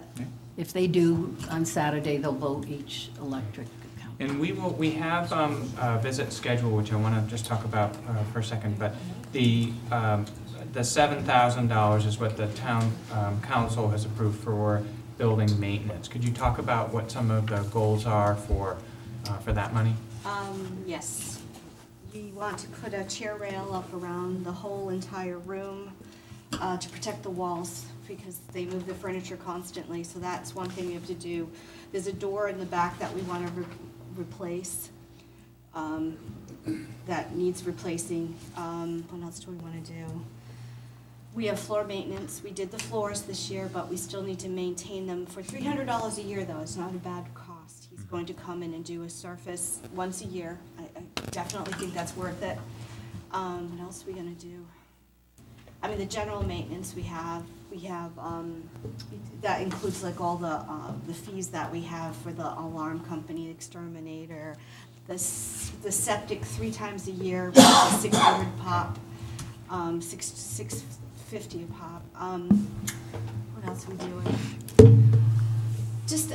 There's actually an interior door that has to be replaced too. That came off its the bottom floor needs to be fixed before they can put it back up. It's like a big heavy door. What else do we want? There's always something. It's like having a second home. It really is. Can I ask a question while you're thinking? Oh, there's a roof that they want to put over the trash thing out in the back. They want to get that covered. Oh, I'm sorry. No, go ahead, sure. Well, I'm sure there's more, but it'll come. While you're thinking of more. Are you sure you need that extermination every year? Are you sure you need the things that have been going on every year? I would think we need the, Really? it's a monthly thing. We have a Really? kitchen, we serve food, we gotta have that done. I mean, Mhm. I think if you stop, you're gonna have problems. Well, yeah, just not every home needs it, so I'm just wondering, not every building needs it, so I'm just Well, it's the wondering. same guy that comes around here every month. We haven't. Really? Yes. We Yeah. haven't done. I don't think we would want to go without that with food service. I mean, Okay. we serve a lot of food Okay. every day, you know? We also need a dishwasher, which I've been hoping to get through. What's wrong with the current one? Oh, it's been dead since the 90s. Dead? Doesn't work at all? It's completely, the thing has been in there since the 80s. I found paperwork on it from the 80s. And I am the dishwasher many days, so. Can we get the dishwasher from the school department? If they will give us one, I'll take it. Their surplus would pay me for 10 years. I love that. They could vote to give the senior center a dishwasher. They definitely could do that. I think Yeah. Janice Jones was trying to get it on a grant. Well, I actually Because you need a had, commercial. yes, we need a commercial. And actually, I did have one of the senators put in for it for me, and it was approved. But apparently, it's on a discretionary, so it's like on a very low level. If they have leftover money, then they will get it first. But I mean, it was nice of him to put it in for us, so I'm still crossing my fingers that, that it will come through. But that would be huge for us. Because Janice wanted a commercial kitchen put in there. Yes, she did. Oh, yeah, that would be great. I mean, But you gotta remember, the food service comes in for the, get the they do handicap Meals on meals. Wheels out of there, but that's all packaged And, food and comes in. well, our food isn't packaged. They come in every day from Cranston Senior Center makes the food, and they bring it in, and we keep it warm or cool, and then we serve it. And there's 3 choices. You've got your main meal, then they have a sandwich option, and then they have a salad option. But it's very nice, but it's $3. You can't beat it. So can we just, are any other questions on the senior citizen service budget? Just tell them about your travel. I think that's Oh, the why the travel has been cut back. I told them they could reduce it because I wasn't gonna do that conference. At first, I was gonna try to do a conference for the senior center directors, but then I said, you can go back to the 600 which is what the level funding is. I look at that sometimes because, if you wanna go to a conference one year and the way the money is, if there's money left, it goes back, and I kept thinking, well, how do you do that? It doesn't accumulate to, you know what I mean? But then That's where you learn a lot of stuff. what was that? That's where you learn a lot of stuff. You With learn- other people. Well, I think the Well, I council like going to encourages her to attend whatever Yeah, conferences yeah. there are for seniors, but Especially the Hawaii. one she was talking about was in Charleston, South Carolina, and they didn't think it was. Yeah, no, they didn't care one way or another. I just decided that I wasn't gonna do it, but this is actually for next year anyways, but, I would like to do that eventually, because I think you learn by seeing other folks. I do go to the directors' meetings in the state, trying to absorb. To see what's going on. Yeah, exactly, and trying to keep on top of things. Like you said, you want to be there for our seniors, which I'll be one next year. One more year and I can join. Nancy's already there. What was that? Nancy's already there. Nancy, oh, he's like, Just like All the compliments tonight. Never speak about a woman's age. She's my pal. So if no other questions, one that I have is Mike has been setting up different site visits with different things, and that we would be scheduled right now for the 24th to come. 24th of March. Is that right, Mike? Do I have that right? Or, no, yeah. Yes, so initially we had it tagged for this Saturday, but I felt as though without. I got one more week of class. Well, I felt as though without confirmation from you, Yep. the next time we could do it is the 24th. We could do it later than that. Later than the 20 31st. No, I think The 24th would be cut off? Yeah. Okay. Well, I wouldn't If be you're opposed to available. going this Saturday. It's just I couldn't get there until probably noontime. Is that okay? I mean, if you want to do it this Saturday? I have one last class and I'm We don't done. have time to It's gonna be a advertise. very good day to travel. Oh, is Saturday going to be bad too? Actually, we wouldn't be able to do it. We wouldn't be able to do it Saturday Oh, okay. anyway. It's Oh, okay. sorry. I already put this together to the state. All But right, so the if we could do the 24th? 24th at, Okay. and what would be time-wise, would you be able to do it at 9 AM and we'll Yeah, start yeah, there? let's do that, 9 o'clock. So I figured what we could do is start there, and then when we do the fire, we could go right around the corner and start with the main road station. Yeah. Right. It'll be a Yeah. quick, Yeah, they're hit. my neighbor. So. okay. So if that's okay, we could do 9 AM. Yeah, that's the 24th, 9 AM. You got it. Anything else? You guys good? It's all set. All Thank you right. very much. All right, Thank you for your guys. time. Thank you, Jan. Thank you. Come visit the senior center. Thank Well, you. other than Well, we that will day. be, right? Yeah, we will. All right, sounds good. And bring our gloves to wash dishes too. Yeah. All right, thank you. Thank you. All right, finance. Thank you. Thank you, Jan. Okay, so we have a list of other accounts that we want to go through. Nancy helped remind me that we already did the Board of Canvassers and received a note from Denise DiMederos that the zoning board of review and the planning boards were not ready. Whether at the time when I had these down, the hope would be.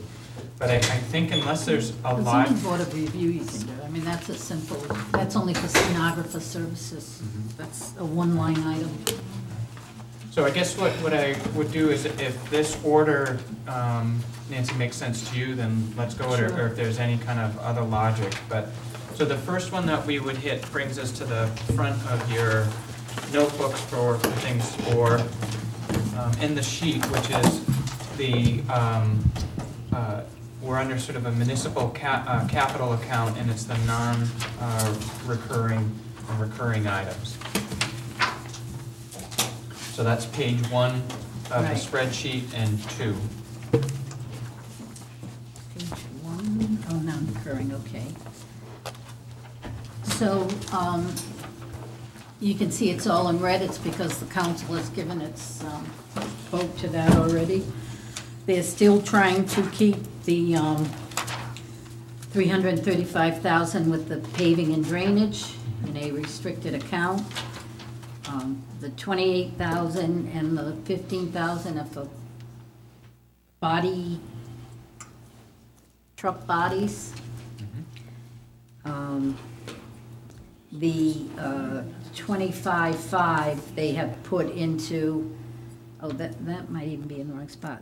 The 25.5 they have put into, that's for air bottles, and that there's been discussion on, and at Monday night's meeting, they approved 35,000, so that should rectify any shortage that the fire chief had concerns. So, On the earbuds. so am I correct that the 25,500 for the replace air plaques and air bottles, you're saying is the council was at 35,000 now? No, the 25,005 is what they have voted for in next year's budget. Okay. In this year's budget, they are using funds to purchase 35. Excellent. So we're close to Because there seems to be a $60,000. desperate need. These tanks are, these water bottles, these air bottles are over 10 years old and they expire. So they were in agreement of all that, and their bottom line was 403,500.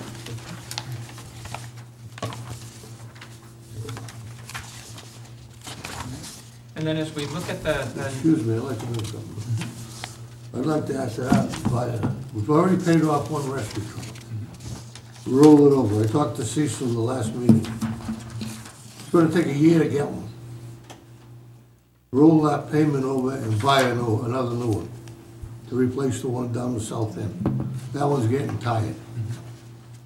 So where is that in the timed payments? So, That's in time payments.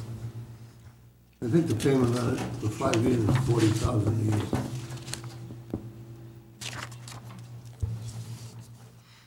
Your runs are getting longer. And rather than just going to Fall River now, we're running to Providence, because if anything is severe, head injuries, anything like that.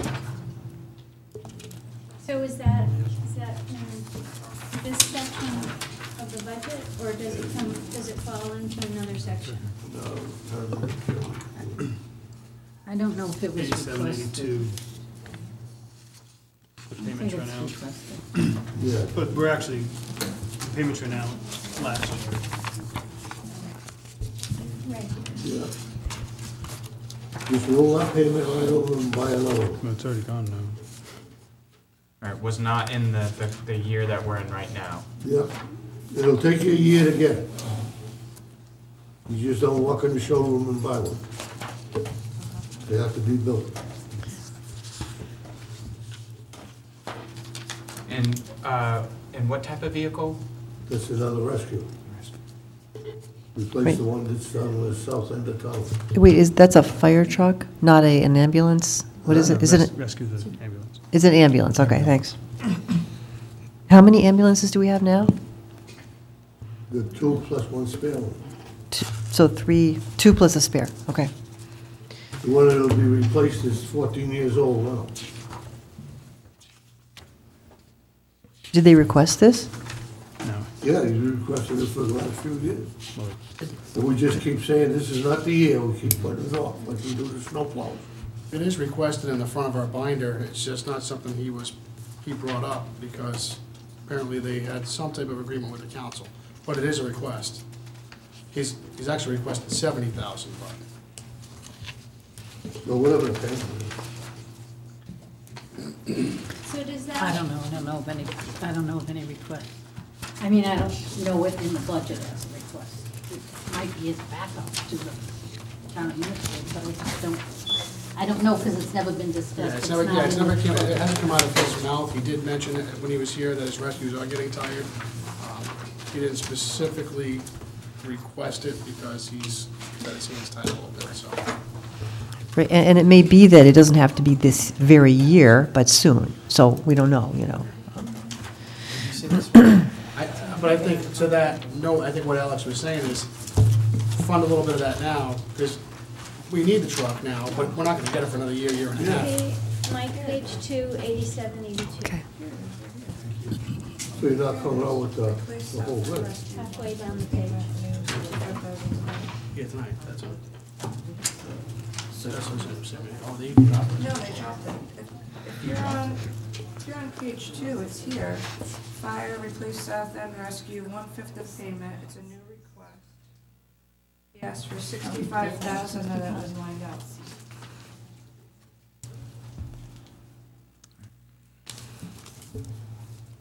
Right, they didn't approve it, yeah. Well, we haven't voted on anything. We discussed budgets, and what we've been discussing is what the town council has reviewed and said they do. We obviously, as a committee, can make decisions about whether we like the town councils or we think it should be more or less. That's our role, is to look at all those. And there is that request of saying on the page where it's that 65,000, just below, right? It's the South End Rescue 1.5 of 65,000. So I think when we come to our deliberations and we're looking at things, that's something that, by all means, any of us could bring up stuff, put it in, or take things out. And that's 1/5 of the total cost, right, so, okay. I think the total cost of brand new, last time I was up there, it was around 325,000. Something like that. So are there any other questions in terms of looking at the recurring major time finance? I mean, these are all ones that we've signed leases to and in use. So if there are questions, it's, I guess we could get out of them that would cost us a lot to get out, like anything in terms of the lease, but for a total of $327,267. Okay. So that, if we could, Nancy, you had mentioned, I think it was early on, right, when you first came to us, that the Board of Canvassers, that account we've actually went through and discussed. So the next one would be the expenses related to town hall operations. That's on page 3. That's account number 1040. So the heat account is the only one that they have reduced. Our electric account, as all the others, is is gonna be in problem because of paying that added finance charge to it, but hopefully we'll resolve that. Wait, how long are those payments going on? And then we'll see it go down, correct? So how long, how many more years? Yeah, the idea is you should be saving on your energy, but you Okay. have, Thank some you. of them are for 48 months, some are for 60 months, depending on the building and the amount. Thank you. So we have a total of 26,100 is what the town council has reviewed. Last year was approved was 26,500. A slight decrease. Right, they're not using as much in heat. And also Essex is out of that? S6 was separate, wasn't it? Yeah. So as of February 16th, they had 2,600 left in the budget. So they just went down a couple of hundred, thinking they'll hopefully get through it. Okay. Any other questions on this account? We could, staying on the same page, just the next one down is the legal services, account 1050. So they have increased two areas in the legal. They voted to put the 30,000 into the rewrite of the zoning code. That should be redone. We've been battling for years for them to put some funds in there to hire a consultant to go through that code of ordinances. We have conflicting codes, we have old ordinances that need to be removed, and it all requires legal oversight to everything. And for several years, they've said, council has said, well, let's kind of piecemeal it and get our attorney to handle it, get our planning board to look at a certain part, and they have, but we're kind of piecemealing, and they're handling certain issues, the bigger issues, but the whole ordinance thing. Today, I learned the sign one had to be, it needs to be updated and stuff, so we really need that to get overhauled. That probably won't do the whole job, because we had quotes on it before of 50,000, but it would get us going and complete what we could do in 1 year anyway. That's the 28,000. That's the 30,000 under rewrite zoning code, under legal. We don't have that on We don't have it on Oh, ours. you don't have that on yours yet? No. Oh, I'm No, sorry, it's- I have it on mine. So under that legal account, Mhm. so you should have 98,000, no increase for the solicitor, 60 for litigation, no increase, 18 for prosecutions, no increase. That is an increase, though, the litigation? It's up Oh, from to 50 to 10, 60? yes, it is up 10,000. The 18,000 for prosecutions. Land use, do you have 28,000 on yours? Yes. Yes, okay, that was done prior.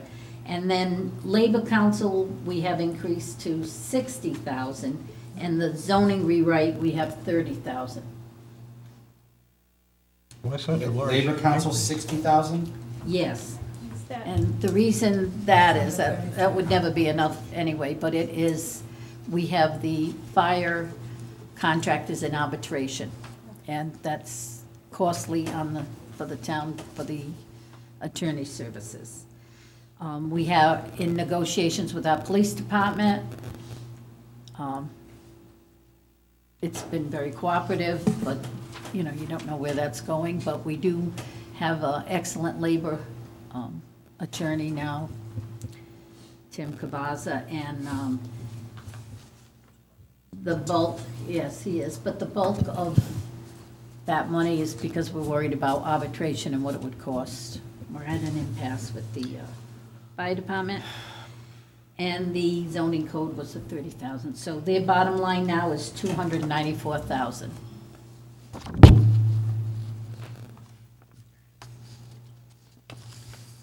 What's the increase in land use issues for? Because that is where a lot of our problems are coming from, and we have some special attorneys, special counsel working on some of those. And it seems to be that that's where a lot of our basic legal problems are, and sometimes they go on. So, they just broke down the way they wanted the legal services, and that's what they increased land. That's all due to legal fees. It's all to attorneys and legal fees. Wait a minute, you say special counsel, does that mean we have to pay for it outside of the town Yes. attorneys? Yes. I was told by Patricia Hilton that on at least one of the big lawsuits involving a 30-year business in town that they didn't have to use, they're not paying extra. So. Well, that could be, but I'm not going to talk on any one of them. No, I know, I'm just having a lot of questions, I'm just letting you know that, not you, but I'm That saying Tricia publicly said. that I have a lot of issues with the legal budget going up, that we have, there are some things that we have lost in court and some losses But there that are we. some big wins we make. Okay, I can get the information on that, but just saying that I have some questions on it for future reference. I think the main increase here is with Labor Council, and we have no choice. We have police and fire unions. If we are not able to come to agreement in the terms Is that of extra negotiating a contract, they have legal binding. Is that extra arbitration. beyond their salaries also?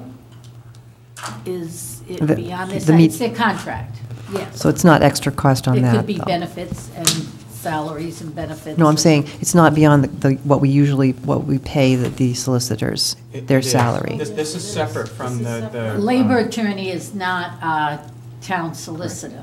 It is So that would strictly fall for here? labor. Yeah. Okay, Strictly thank you. for labor on Thank that you. And that's not new. It is an extra cost, but it's not new. Okay. Yes, that cost kind of goes up and down, because if you're in, now next year, we have that arbitration that's not going to be heard till August, I think, August or September. But at any rate, so we're trying to allow for some cost for that. But the two contracts that will be coming up next year are the AFSCME and the Teamsters. They do not have binding arbitration. So we don't spend as much on labor attorneys for those. So generally, if we're in police or fire, because of the option of that arbitration, it goes up. Every And how then many when years? we're in the year for, Yeah. Every how many years do we go into they're fire? 3-year contracts. So the last, I But can when you see. go to arbitration, you go for 1 year.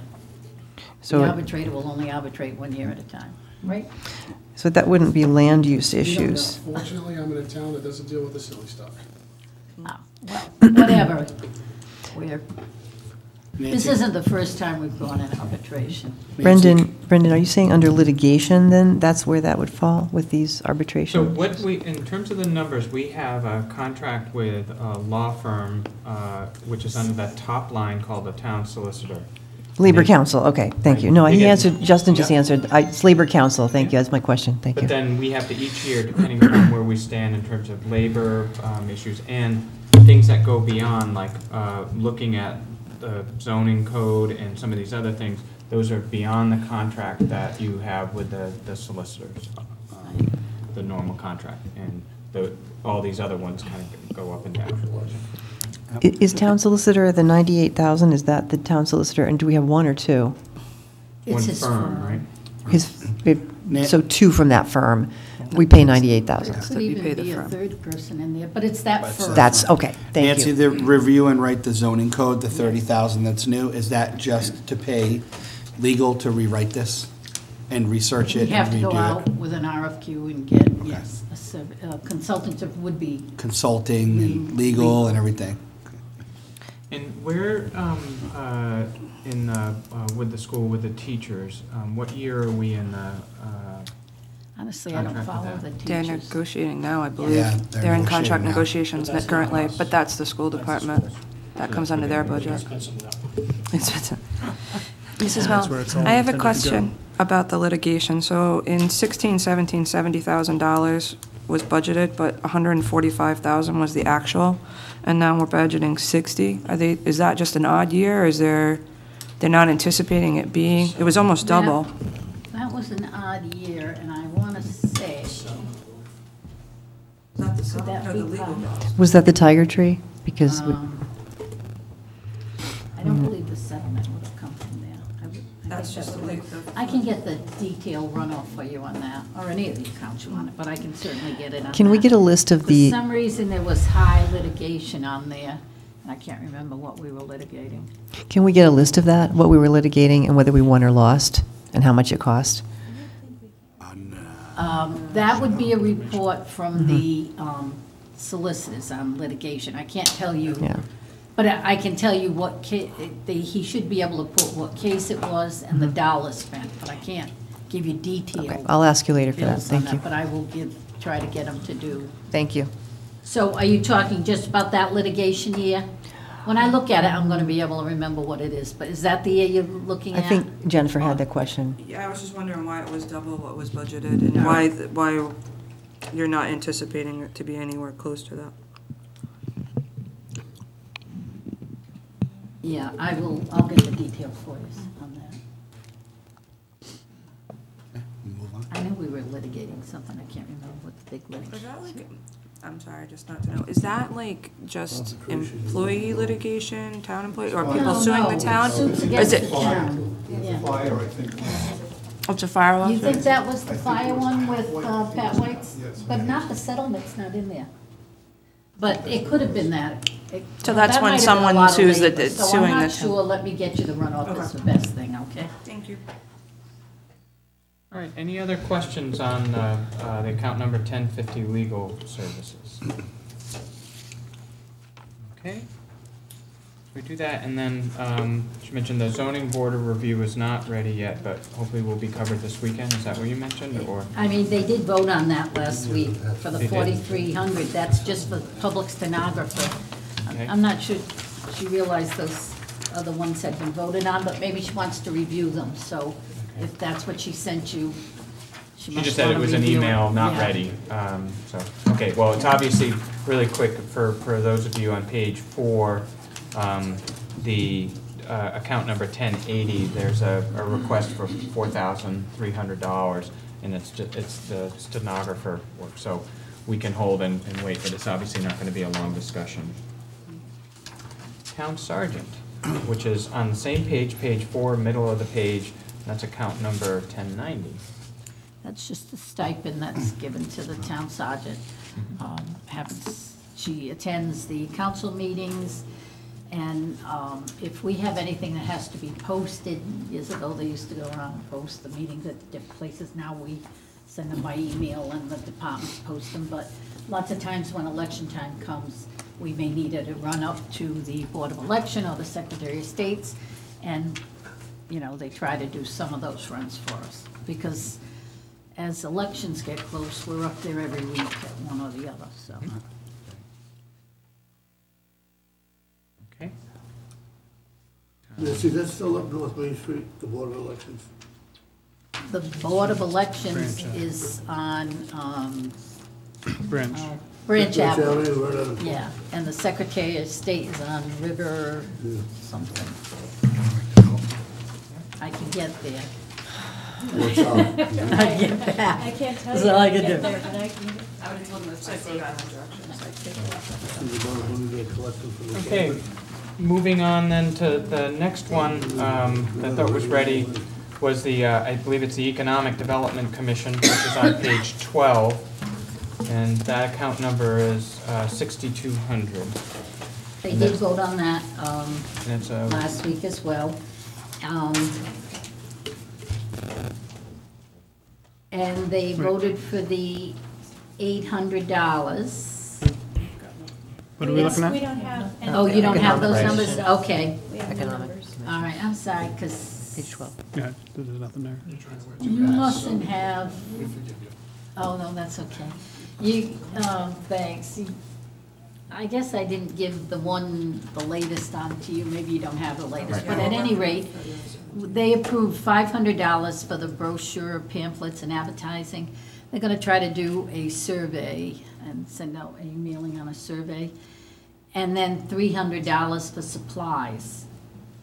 So it totals $800.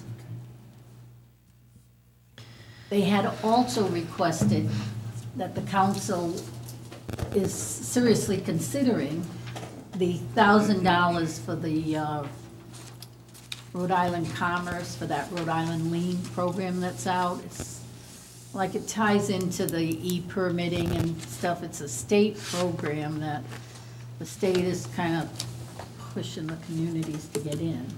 I guess in some cases it's good, in some cases it's not working. But they had asked for $1,000 for that. The council felt that if they approved the $1,000 for it, which they are considering, it should go under the town administrator's account as opposed to the economic development. Because we felt there's gonna be a lot more charges with those programs, a lot more funds needed with those programs, so. They did not vote it for the economic development, just the 800. All right. Questions? All right, now we move on to boards and commissions, same page, page 12, the account number 6210. Most of the boards and commissions were represented before the council, and they moved as was recommended there on the previous town administrator recommendation for $13,500.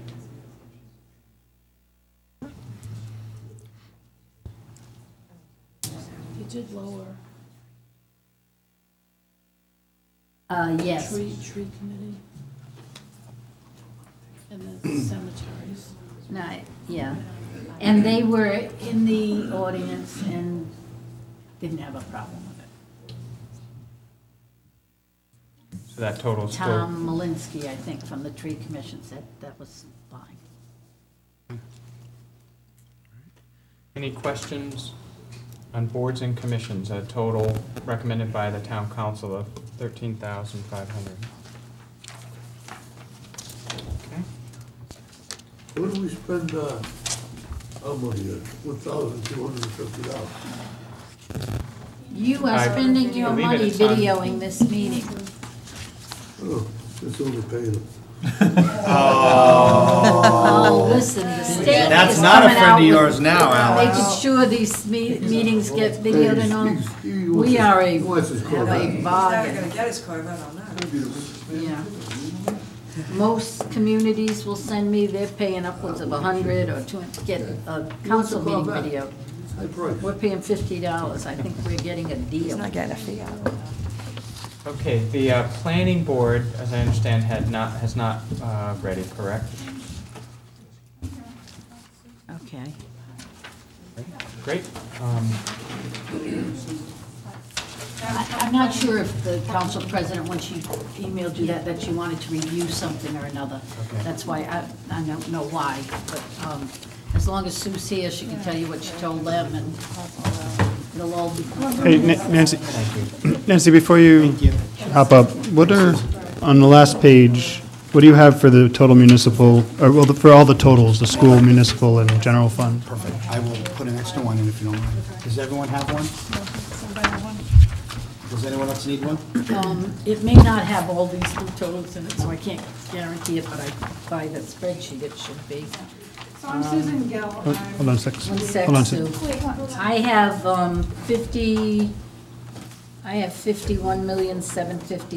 51,756,226. But like I say, all these changes I have to review through to make sure they're properly tallying. Okay, and What do the, you have, Justin? well, with the changes you just gave us, that weren't on our sheet, that were on yours, I have 51,755,326, You have some. which is five, actually less, so there 326. must be We're off other ones. $900 between Yeah. the two. And what do you have for the municipal? For municipal, I have 21,265,104. Is that where we're off the 900? But it could be one of those ones that you probably don't have. Do you have the economic development in the 8? I don't think so. No, so that's why. Welcome. Nancy, can you read your number one more time? Sorry. Oh, I'm Can you sorry. just read your number one more time? Sure. Not the Municipal. municipal, the other one. Yeah, sorry. 51. I have 51,756,226. Okay, thank you. I just want to make sure, because economic development was new line, because it was zero, wasn't picking up the, so I got to go back and check on that. So as of now, the municipal is up, municipal spending is budgeted up 9.1%.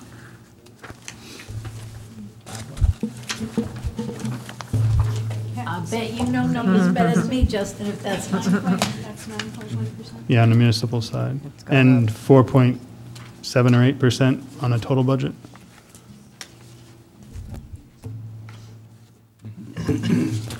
Which is over the cap. Expense end of it, that doesn't mean the whole budget's up. It's also that You need the bond. revenue portion, that's coming.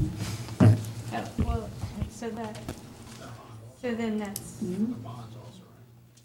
That's the total, you but can't send. you gotta put the revenue put that piece more to the number budget. forward. He's saying the expense portion, but maybe we brought in a lot more in revenue. We'll see. So it's a, We can put cameras in the school zones like clowns, they're making money a month.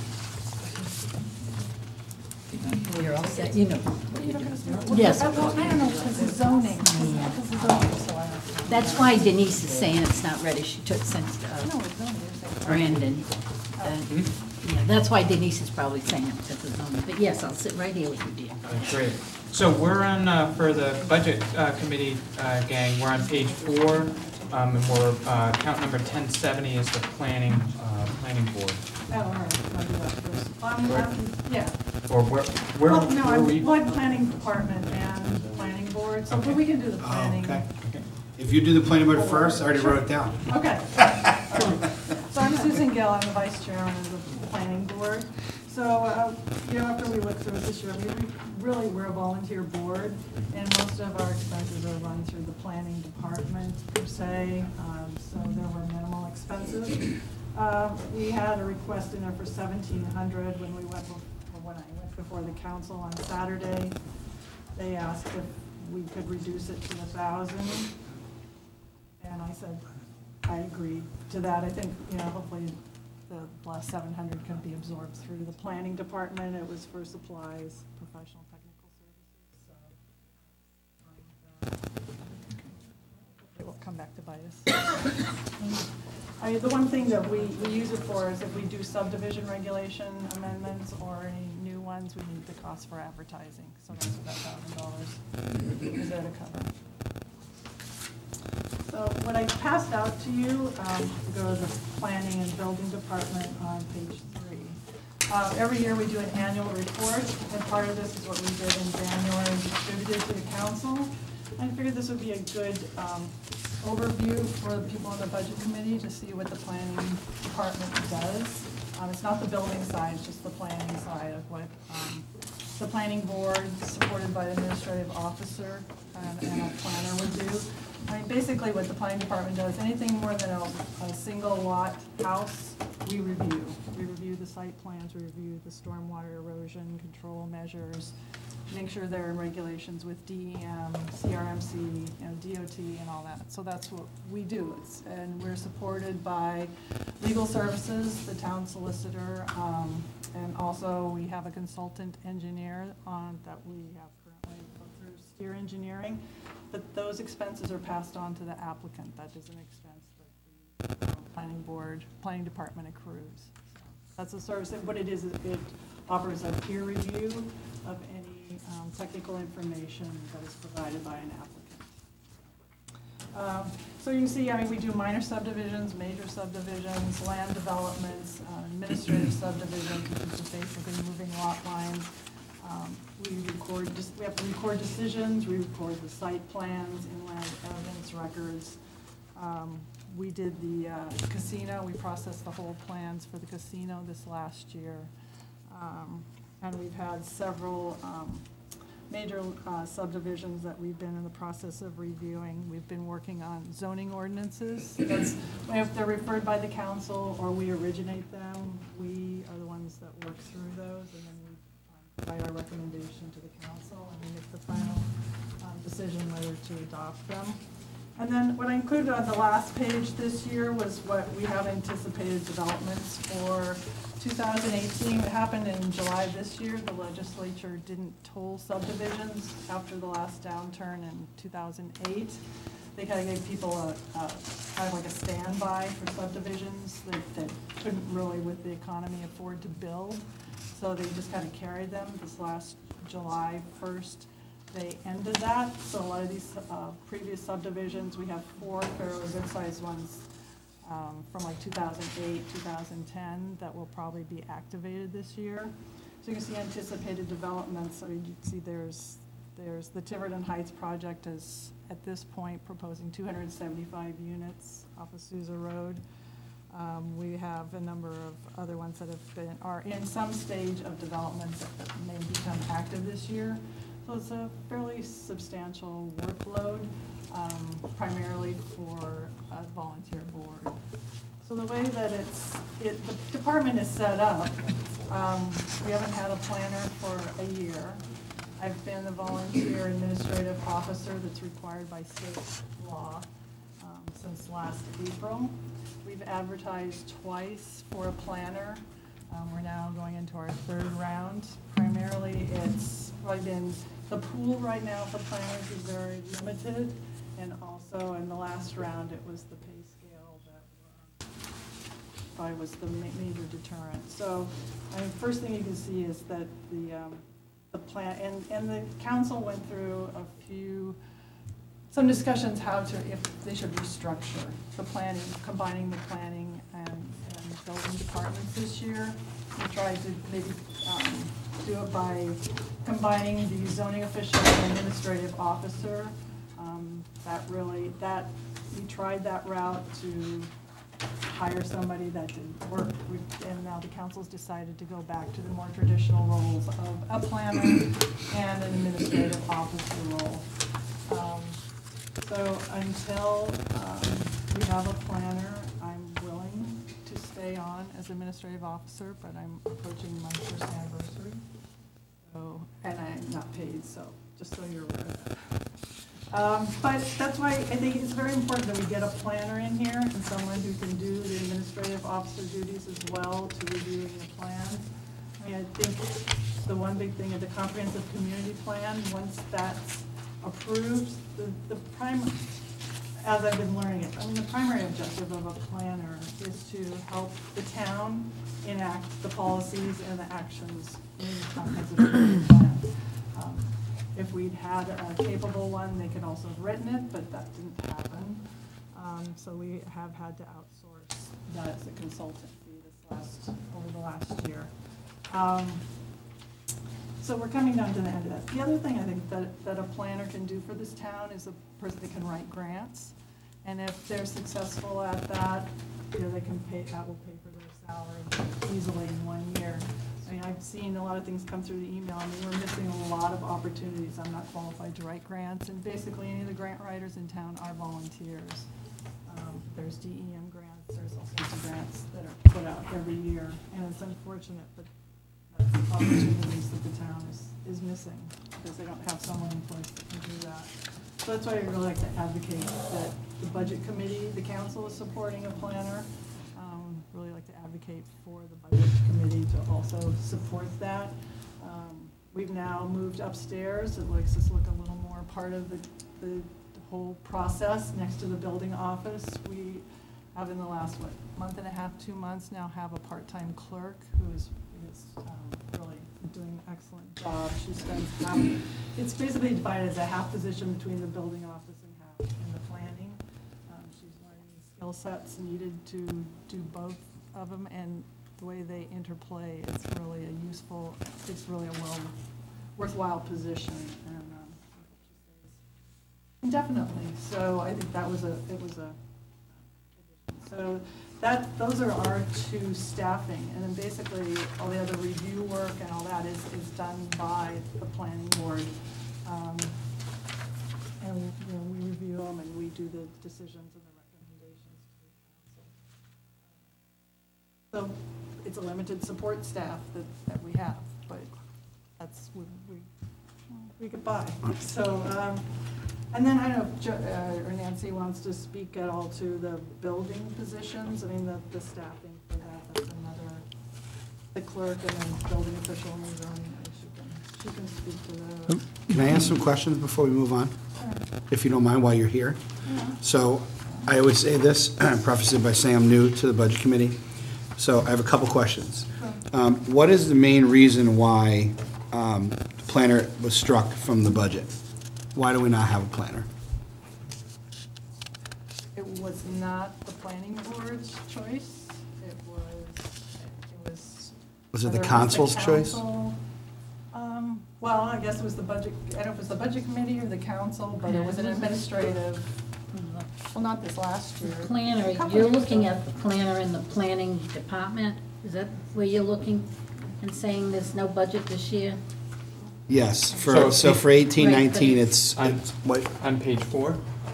yeah. All right, so Not the previous if year. you can go forward to actually page 3, at the bottom, there's an XXX account on there. And this is, what Susan was saying is that this combination is the thought of putting together these. So here's carrying forward. Right on here. all of these, correct? That's So- probably why Denise was saying hold off till she was here, but Okay.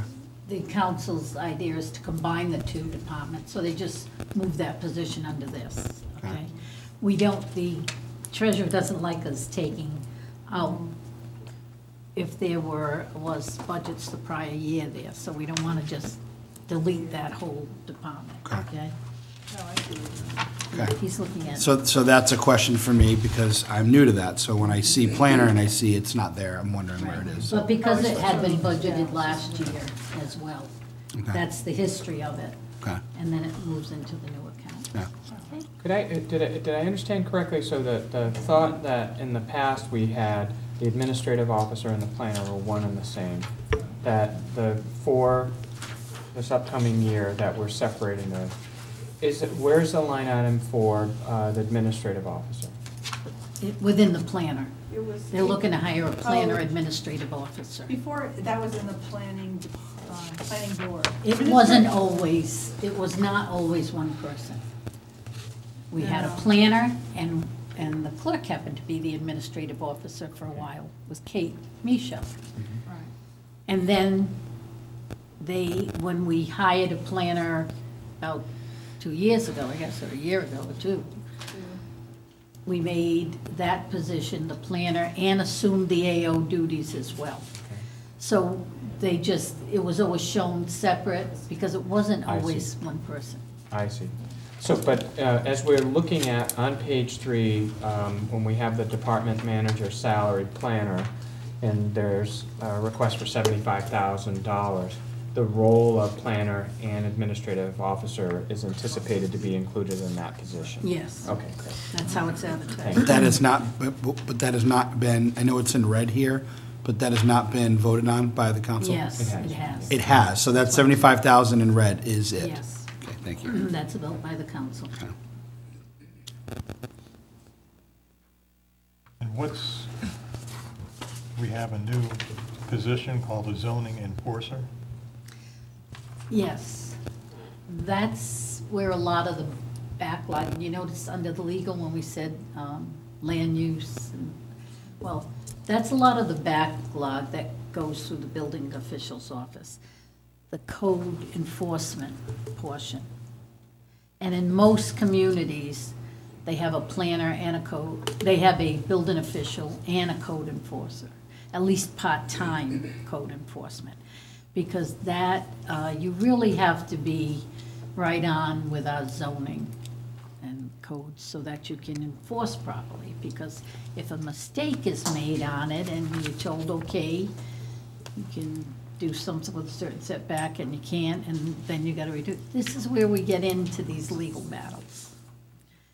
So, yes, one of the big complaints of the backup with the building official is that last year, they had appropriated money to hire a part-time building official. So they still need that part-time official in there to help out, but they decided it would be better to have that part-timer specifically be code enforcement.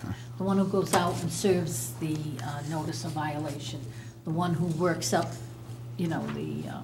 does the work up to make sure it's proper, or that it needs a cease and desist, or it needs a notice of violation. So we're just putting specifics to what we want that part-timer to cover. And that person would be hired for next budget season, so for immediately or? No, I or believe later? the council is looking at it towards starting in July. July. And this is in That's addition- my guess, Mike. This is in addition to the existing zoning official. The building official is a building zoning official, yes. Nancy, did we have a building official? Where is it from last year? I mean, did we ever, It's in the building. what page? It's on page 3. No, for the last, for the history, okay. So it was under the planning department before? No. What was it under last time? I believe what they've done in there is he's taken the planning department and merged it into this. So this probably was the building department before, but by Okay. combining it into one, he just Thank you. merged the planning into it. This is the original, okay, thank you. Yes. So what was listed last year as the assistant building inspector has become the zoning enforcer? Right, they want it, well, and it's 32,000 that they're Yeah, why did it looking for, go- and last year I thought it was an 18. 18,000. Yeah, why is wasn't it? that? Yes. Wasn't it 18,000? Yeah, Yes. but why did that go up? Because we want him to do more. We want him to do the enforcement, the code enforcement. And the land use clerk, who for our current year is at 16,000, goes up to 33? Yes, She was just hired, that's the one that's she's part-time. current. Mm-hmm. So she just started, so she was just put in there for half a year. Okay. She just- Oh, okay, so Right. a full So we year had, salary. yeah. Right. The salary's the same, she only works 6 months. Right, she just started in January. So along with that, so the zoning clerk is Jody, and then the longevity, the vacation, those are attached to the building office. The copy services have to do with when they have to, the building office, or for zoning, they have to print out like transcripts and all the paperwork for an appeal that goes to the zoning board. So that's something that is a potential expense for any appeals. The postage that was for that line, the way it was explained to me, our postage is primarily billed to the applicant. They pay for all the certified letters, any applicant. And actually zoning does as well, but she doesn't collect them, they don't collect the money up front. They do the billing, but then the applicant has to pay before the zoning board, so it gets replenished. That's a revolving account that's set up, so it's not, it should be neutral. Not an expense, even though it's not. The automobile expense is for the building official, as well as the education, the seminars. The telephones, we have two lines, the building office has 2 lines, and the building official has a cell phone. The boardings for buildings, I guess they felt that was adequate. The boarding for buildings is also reimbursed. However, it could cross years, fiscal years and stuff, because you could board a building, as we have done, and then sometimes you have to put a lien on the property to get the money back, so. And if we receive the money in the following year, that would go in the general fund. It doesn't go to replenish that account if you've crossed fiscal years. Can I ask you a question quick? The building official, zoning official, gets reimbursed for his car. No, we have a town vehicle for the. He has a car. What's the enforcer gonna drive? Not it. We're having another charge on the police department's car. Same car. Well, He's only it's gotta be- part-time. It's gotta be, yeah, right. A bicycle. No, but I'm sure they're looking into that.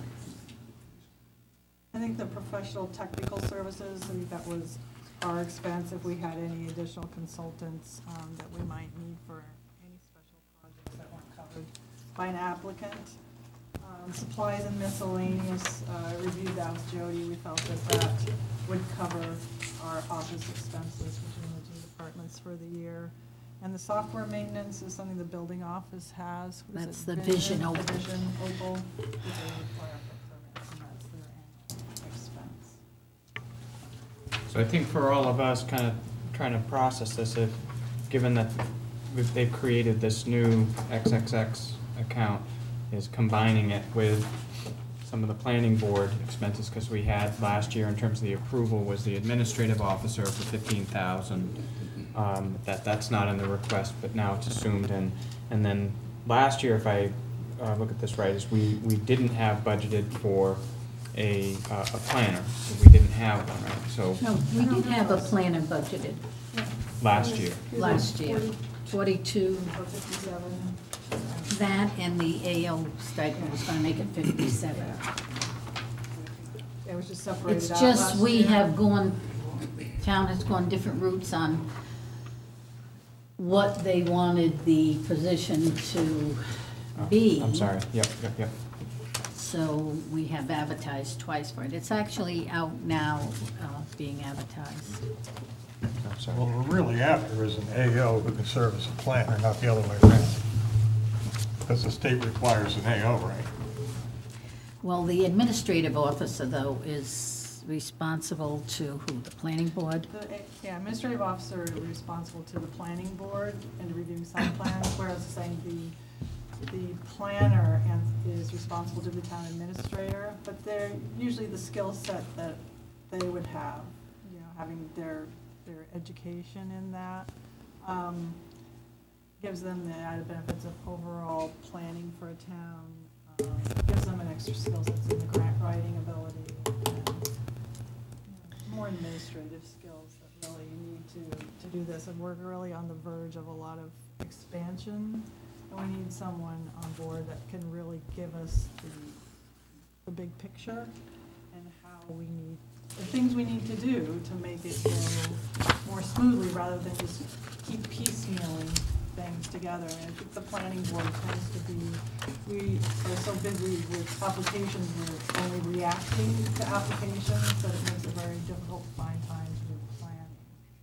I think, you know, a planner, even they came in, or a planner, I mean, you know, primarily the bulk of their duties probably would be doing administrative officer duties of planning reviews, but they also have those additional skill sets that would really be beneficial to the town. I mean, they can assist the council, they can assist the boards and commissions, you know, helping to enact the comprehensive community plan, the goals, work with the administrative, town administrator. I mean, they really work with all the departments. So you're requiring this person that's going to be hired to be an AO also? They would function Okay. on that role as well, yes. Okay. And another question, when you talk about lots of expansion coming, what were you referring to? A lot of the, like I was saying, the told subdivisions, like the 275 mixed, the housing units proposed up on Sousa. There's also another condominium development that was told, that's 52 units, that's on Main Road. There's another housing development that abuts that's been told that wants to activate, that's 16 units. So There's another development just south of. Well, you've listed those here, that's okay, yeah, you've listed. So who approves that those subdivisions are okay to go? Is it town council? Who approves those? No, the planning board. Planning board approves. And That the when they town. come before us, we use the comprehensive community plan, but we can't make a lot of subjective decisions, like you can go home and you can. If they meet the requirements of zoning and subdivision regulations, we're bound to objectively review them and approve them, otherwise they'll appeal and go to court. So, You know, you can't just say, oh, we don't want, you know, these 200 units, you can't do that. Unless you have something substantial to. the town can't in any other way say that we don't want this subdivision? No. Chris, do you know? If you own a piece of land, you can do what you want. according to the law. That's why you have zoning requirements. Right. So, I mean, you can Okay. adjust things, you can, you know, if they can't engineer it adequately, you can reduce it. But Mhm. it's very difficult to just flat out deny an application if they meet the requirements, because they'll appeal it. I was just, it just sounded, and when I see these lists, it seems like a lot. Yes, it is. So I'm Part of concerned. that was that hold Yeah. off where they're now coming forward Right. And there's a lot. for and there's- several years. And there's more, Okay. or people come in and they have large acreage of land and they want to subdivide them. You know, now they want you have one big piece of land down in the south end, and now they want to create 3 lots or 4 lots with houses on them. Okay, thank If they you. meet the requirements, you can't say no. So just to fill some gaps in my knowledge, the comprehensive plan is developed by That's a planning board document. planning board. We use consultants, that was when we went through the charrette, and a lot of different subcommittees, and we reviewed it, and then we sent it on to statewide planning, and now it's at the town council, and they're finishing up their review. Then it goes back to statewide planning. Once it's approved, then the town is in the position to just start enacting those goals and policies related to all the different elements. And the planner will help boards implement this Oh, how? yeah. Well, And I what does he think do to? That's primarily their role. They work Sorry. with the administrator or the planning board, the town council, the harbor commission, you know, the conservation commission. So in those different elements, economic development, land use, housing, agricultural stuff, then they help, you know, can help you form your policies and actions of how you're going to meet those goals that you stated. So call it a living document. Ultimately by placing restrictions on property owners, that kind of thing? No, it's designed to, basically a comprehensive community plan is where you want to see your community going in the next 10 years. So where they, It's like it's forward-looking, and that's why it's an important document. It's how you see your town, how you want it to be developed, where you want it to go over the next 10 years. And so you have all these different criteria and elements. Like the easy one to cite is the affordable housing. The state requires 10% of your housing units to be affordable housing. We're currently at 5%, just over 5%.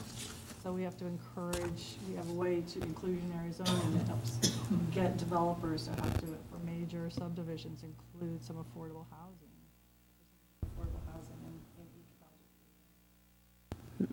And that helps us meet our goals and The comprehensive plan, did you get input from the Tiverton residents and taxpayers? Oh, yeah. Okay, okay. so how, It's been like How did you do that? I didn't see it. Did you send, how did you do that? How did you get the input?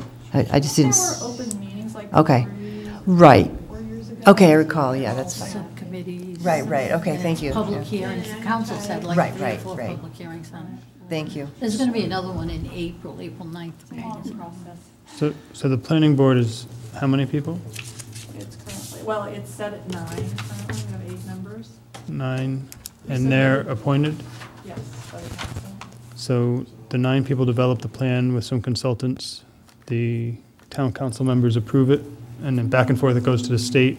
No, we didn't develop it. I mean, it's considered a planning board document, but it went through the charrettes and the subcommittees, and once they did it, then once they had all their information together for all the different elements, then they submitted it to the planning board, and it was 2 summers ago, almost 3 years ago, we spent a good deal of time reviewing each element again, having it presented to us, having discussions, And public hearings and by public statute, hearings, yeah. yeah, and making our comments and revisions. Okay, so public input, but at no point does it go to the public at a special election to say, yes, this is our vision for our town? Not election, no. It was approved by us, and we went to statewide planning. They reviewed the entire document. They came back with their comments. We responded to those. And then once we finished that, then we forwarded it to the council, and then it's their opportunity to review it, and that's what they're in the process. Okay, and the planner will help to, through all the boards, to enforce this document that has been developed by, Enforce it, implement. Yeah, implement's a better word than enforce. so tell every board and department what they can do to tweak their rules and regulations to get the townspeople to follow this plan? Sort of. I mean, if you read the comprehensive plan, you'll see how it's kind of set up. And the last element in it has a whole sheet that shows, like, it identifies all the goals and actions in each one, and then it outlines basically who is designated as the primary and the secondary responsibility party to do it. So it's like if it's the town administrator is the primary, and say if it's the planning board and economic development, then it's kind of they're charged with helping implement that action. And it goes through the whole comp plan that way. So it gets, and then that's where the planner could come in and help them, you know, either whether you're developing ordinances or subdivision regulations or, you know, anything, ways to get you to where you want to go. Help with conservation if there's things that they want to do to tighten things up. You know, working with housing, local agencies. I mean, it's very broad, and it's not so finite. You know, it's more of a guide. It's 340 pages. It's not something you put on a ballot. No, it's a guide. Plus there are Right, but what I'm getting at regulations. is, it's guidance by 15 people with some Well, consultants. statewide planning And, has. but this is as far as And then you have what, to the- bring what your zoning what the in town compliance. wants. It's, you know, like Yeah, 15 it's- people, not all of them elected. And so as a guide, that's fine, but as you start to tweak rules to force people to follow this vision for the town, It's not forcing. it is though, that's the It whole is. point. That's I what also don't think you change your regulations, you're forcing people to follow Well, those a are all plan. done through public hearings, and the subcommittees were also, I mean, the CPAC committee was also appointed by the council. The original group was appointed by the council, and they were members of boards and commissions. I mean, there was a lot of different people that had input. Yeah, I'm concerned, It's not I'm con- 9 people. I'm just speaking as one resident, I haven't had time to look at the 400 pages, and I haven't had time to really look at what's been done there, and I don't know that a lot of people have had time to really take it in. And But I this think is- it's, I mean, yeah. the comprehensive Come on, plan really. is not a No, I know. budget. Well, no, it is though, because we're going to be deciding whether to fund a position of somebody who's going to help to make this comprehensive plan become reality. So what do? Wipe out the planning committee? Yeah. Could you, I don't know. some context or? Yeah, To narrow Tricia it up to Tricia Hilton, that, Town you shouldn't Council, say and I that. also did serve on the Comprehensive Plan Committee. So the Comprehensive Plan Committee was an appointed committee that was charged with updating the document. This is not a new document, it's an update. I think that I looked, and I might be off by one or two, but I think the committee had somewhere in the neighborhood of 30-something open meetings, all of which were posted that anybody could have attended over a period of about 2 years. And when we were finished, it went to the planning board. The planning board not only went through it, but you also had public hearings on it, correct? It went to statewide planning. It's now in front of the council, and I think so far we've had two. How many have we had? Four? Four. The council is working on its fourth public hearing on every single item in this that anybody in the public can get up and comment on, and we've had lots of people come and comment. So this participation in this document has been widely available to anybody who wanted to participate over a period of years. The other thing that I would like, misconception that I would like to correct about this, the comprehensive plan is not a rule book to force people to follow rules or to put more restrictions on it. And so I guess the best way to explain it is to give you some examples. For example, we have a big waterfront, and many communities do a much better job of taking advantage of their waterfront. They have more economic development on their waterfront. Well, our waterfront, you know, isn't really zoned for a lot of waterfront uses. There's a lot of actually sort of waterfront type activities that in Tiverton you're not allowed to do on that waterfront. So one of the charges in this is to actually review the entire waterfront and find out if there aren't ways that we can make the waterfront more accessible, more economically feasible, open it up to more businesses. So it doesn't, it's not a book about we want to have these rules. It's a book about we'd like to see our town grow in a good way, and what impediments do we have that we have to get rid of in order for the town to be able to grow in a good, healthy way. It's not about imposing rules or deciding we're going to have a bunch of restrictions. In many ways, it's about looking at the rules and the restrictions that are there, which are often put in place years and years and years ago, and saying, we may have outgrown these, or it's time to review this stuff because it's old and it's hampering us, and it's a problem. So it's a document that evaluates land use. That's one of the things it does. And, Ruth asked a question before, well, I see all these houses, how do you end up all of these houses? Well, that comes from your zoning. But the town does have an opportunity to look at what's called housing density, meaning in any zone, how many houses do you think should be there? And you can't just change that for no reason, but if you look at it and say the balance between commercial and residential here is going to be off if we stay on the same trajectory that we're on, then, you can work to discuss that. And remember, and that's what a good planner would work on doing. And ultimately, all of those things don't happen just because they're in the community plan. The work to evaluate them is in the plan, but nothing gets changed without going through the entire public process that happens at the planning board and then ultimately at the council.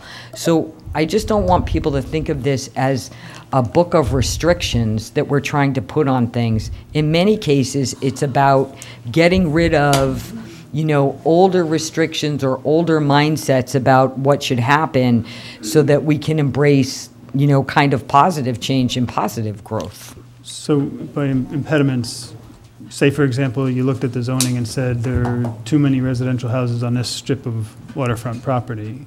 The comprehensive plan would try to change that percentage mix, and then the planner would help boards and commissions try to change the rules so that it's a greater incentive for people to eliminate houses and replace them with whatever we thought was better for that location.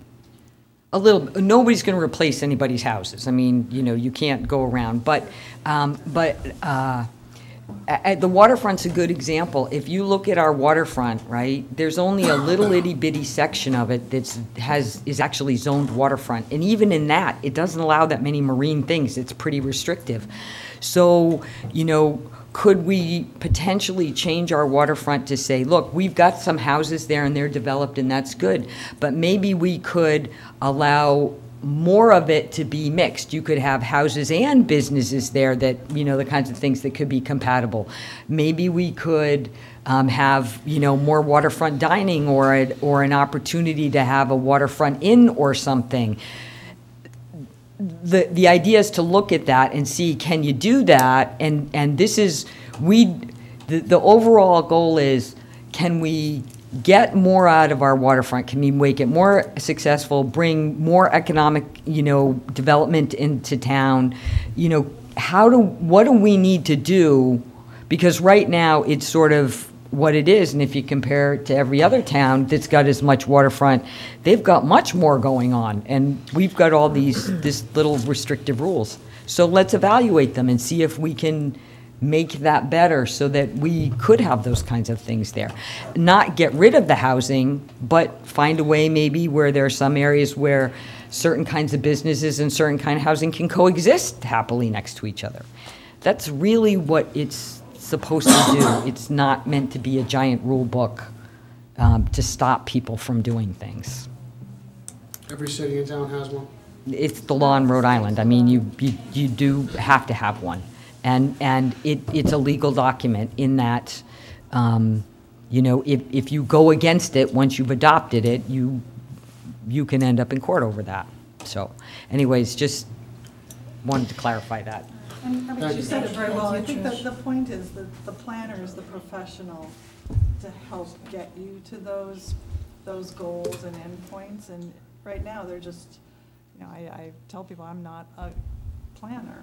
I'm helping out and doing the plan work, but I'm not a planner. And it takes a certain skill set, it takes a certain education, and it takes, a certain interest in it to really help the town do that. You can't just pull you can't pull an engineer off the street, or you can't pull, I don't know, whatever off the street. You need somebody who has, whether it's urban planning or something that understands community development and understands waterfront and watersheds and housing and commercial development and roads, and you need somebody that it's really a broad reach of stuff, and it's professional. It's a professional position. It's also really important to have town planning so that a town doesn't develop arbitrarily, and there are so many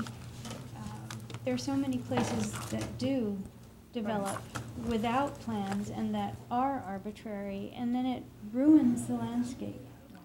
And so by arbitrary, it's really a win-win for the town. So by arbitrary, you mean according to the interests of the people who own the property?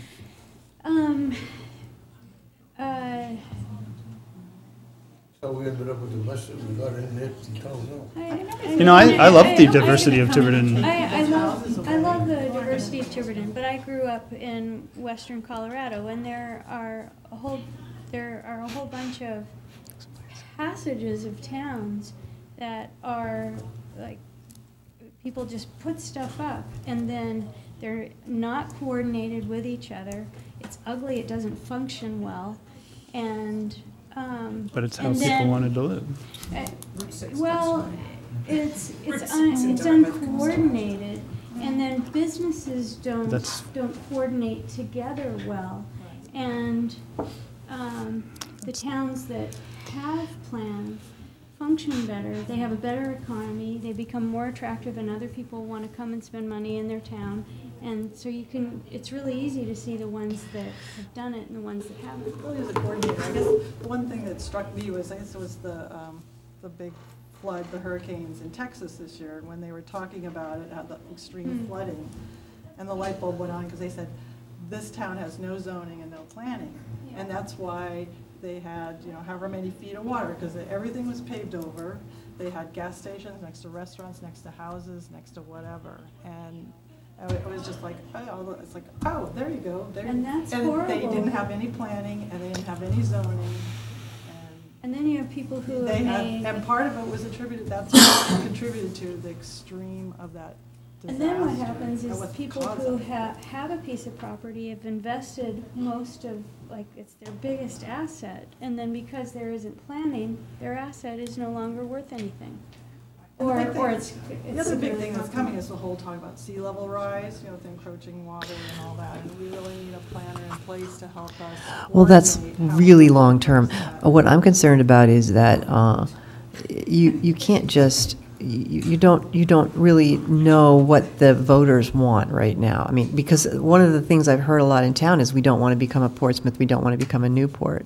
So those things, when you're talking about developing the waterfront in economic ways, that might not be very popular, So I'm just saying, it's like this is one thing from what I heard that comes to mind, that there's some people that really like it the way it is, and there could be some benefits. And that's what a comprehensive plan does. Is identify that Tiverton is. And I agree with some benefits of it. I understand that, but I'm just saying, when you start making these judgments, it's a town council appointed 9 people, like others have said. So one thing I'd like to is that there's a state mandated comprehensive plan that we have. There'll be a process. To me, if this issue is about saying, in a budgetary sense, should we have a town planner? You can have your opinions on that. Yeah, but I think the process of having input into the comprehensive plan is there. Thanks for pulling us back. We're all busy, and there are all things that we can choose not to do. But if at the crux of what's here is saying, look, I don't think that the town should pay to have a town planner, then we'll vote on that. But I think we're going to spend a lot of time thinking about structure of government that's out here that the budget committee's not going to make much difference on. No, thanks, I'm Chair. not saying it's not relevant in terms of how the town runs, but right now, I don't know how much you want to How much time, about Thank you for pulling us back, Brendan. To the top. Not here, for Hurricane Carol. I spent night after night building houses on Riverside Drive in Redwood Park. They were packed up like cordwood. And there was a lot of people that got hurt. I mean, it was the best. You could have bought land, water land, right on the, all the way along the Scunna River for almost nothing. You had the foresight then. How much did you buy? I got a big lot down where I am. They used to call it for fun. Any other questions regarding the planning board, the planning department budget? So is the building department a part of this? Yes. And do we have the final number on the building department? Well, that's the planning and building department combined.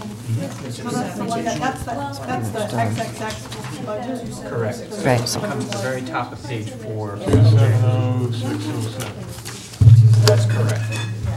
Mr. Chair, I just have to ask permission. I need to leave early tonight, and we have covered most of it. I can't just stay for the long ending of the meeting. Is that okay? Okay, thank you. I have a deadline. What if we for- say no? Thank you. What? What if I said no? Thank you, Susan, I appreciate your time. Yeah, if it was urgent, you know, I would, but I have to leave. Hey, Mike? Oh, sorry. So if we, Mike's been working on the different site visits. So in the agenda that we have before us tonight on item number 4 on the second page is we're looking for this weekend the police department, and then on March 10th we'll do the high school and the middle school, and then on March 24th the fire department, and as we had mentioned the senior center. And then on the 31st, as recommended at the our last meeting, is have a site visit. The weather's going to be perfect on the 31st, where we'll be outside looking at recreational facilities and fields. So Mike's done some good work trying to coordinate these pieces with Mrs. Mello and the others to make sure they're public meetings, so we have to have them posted. And that's where we got ourselves caught up. We have one set of minutes that Mike had sent around to us yesterday, the day before. It's the 22nd of February.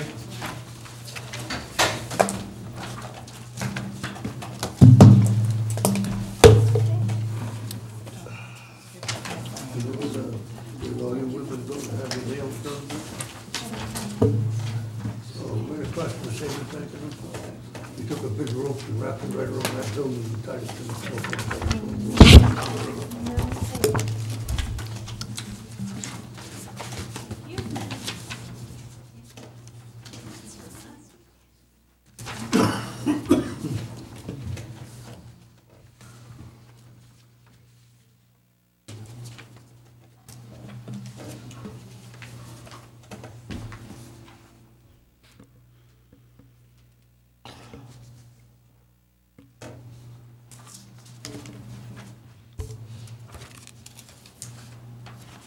People have had a chance to look and entertain a motion to approve.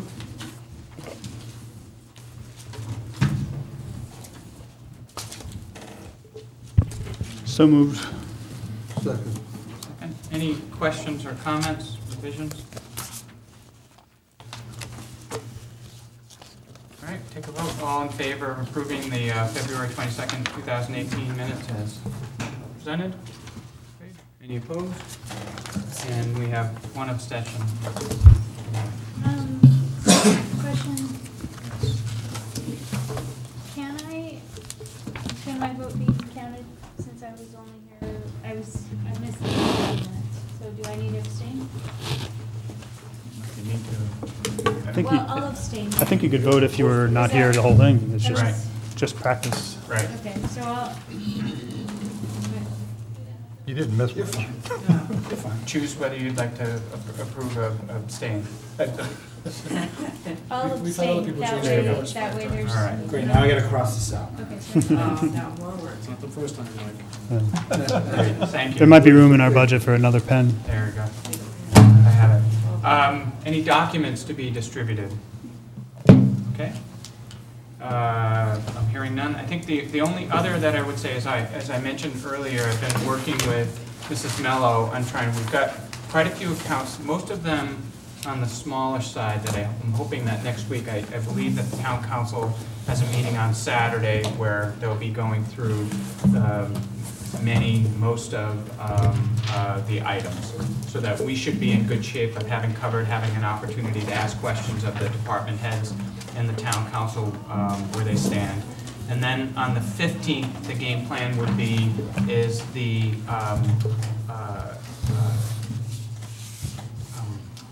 police pension fund. The people who help manage that will come and do a presentation on that, and then we'll have the school committee. And just like I've reached out to Dr. Larkin and the superintendent for that date, so that'll be the 15th. So that'll be a big one and relevant to some of the discussion that we had today. Any other business? With the motion to adjourn. Second. All in favor? Opposed? Wow.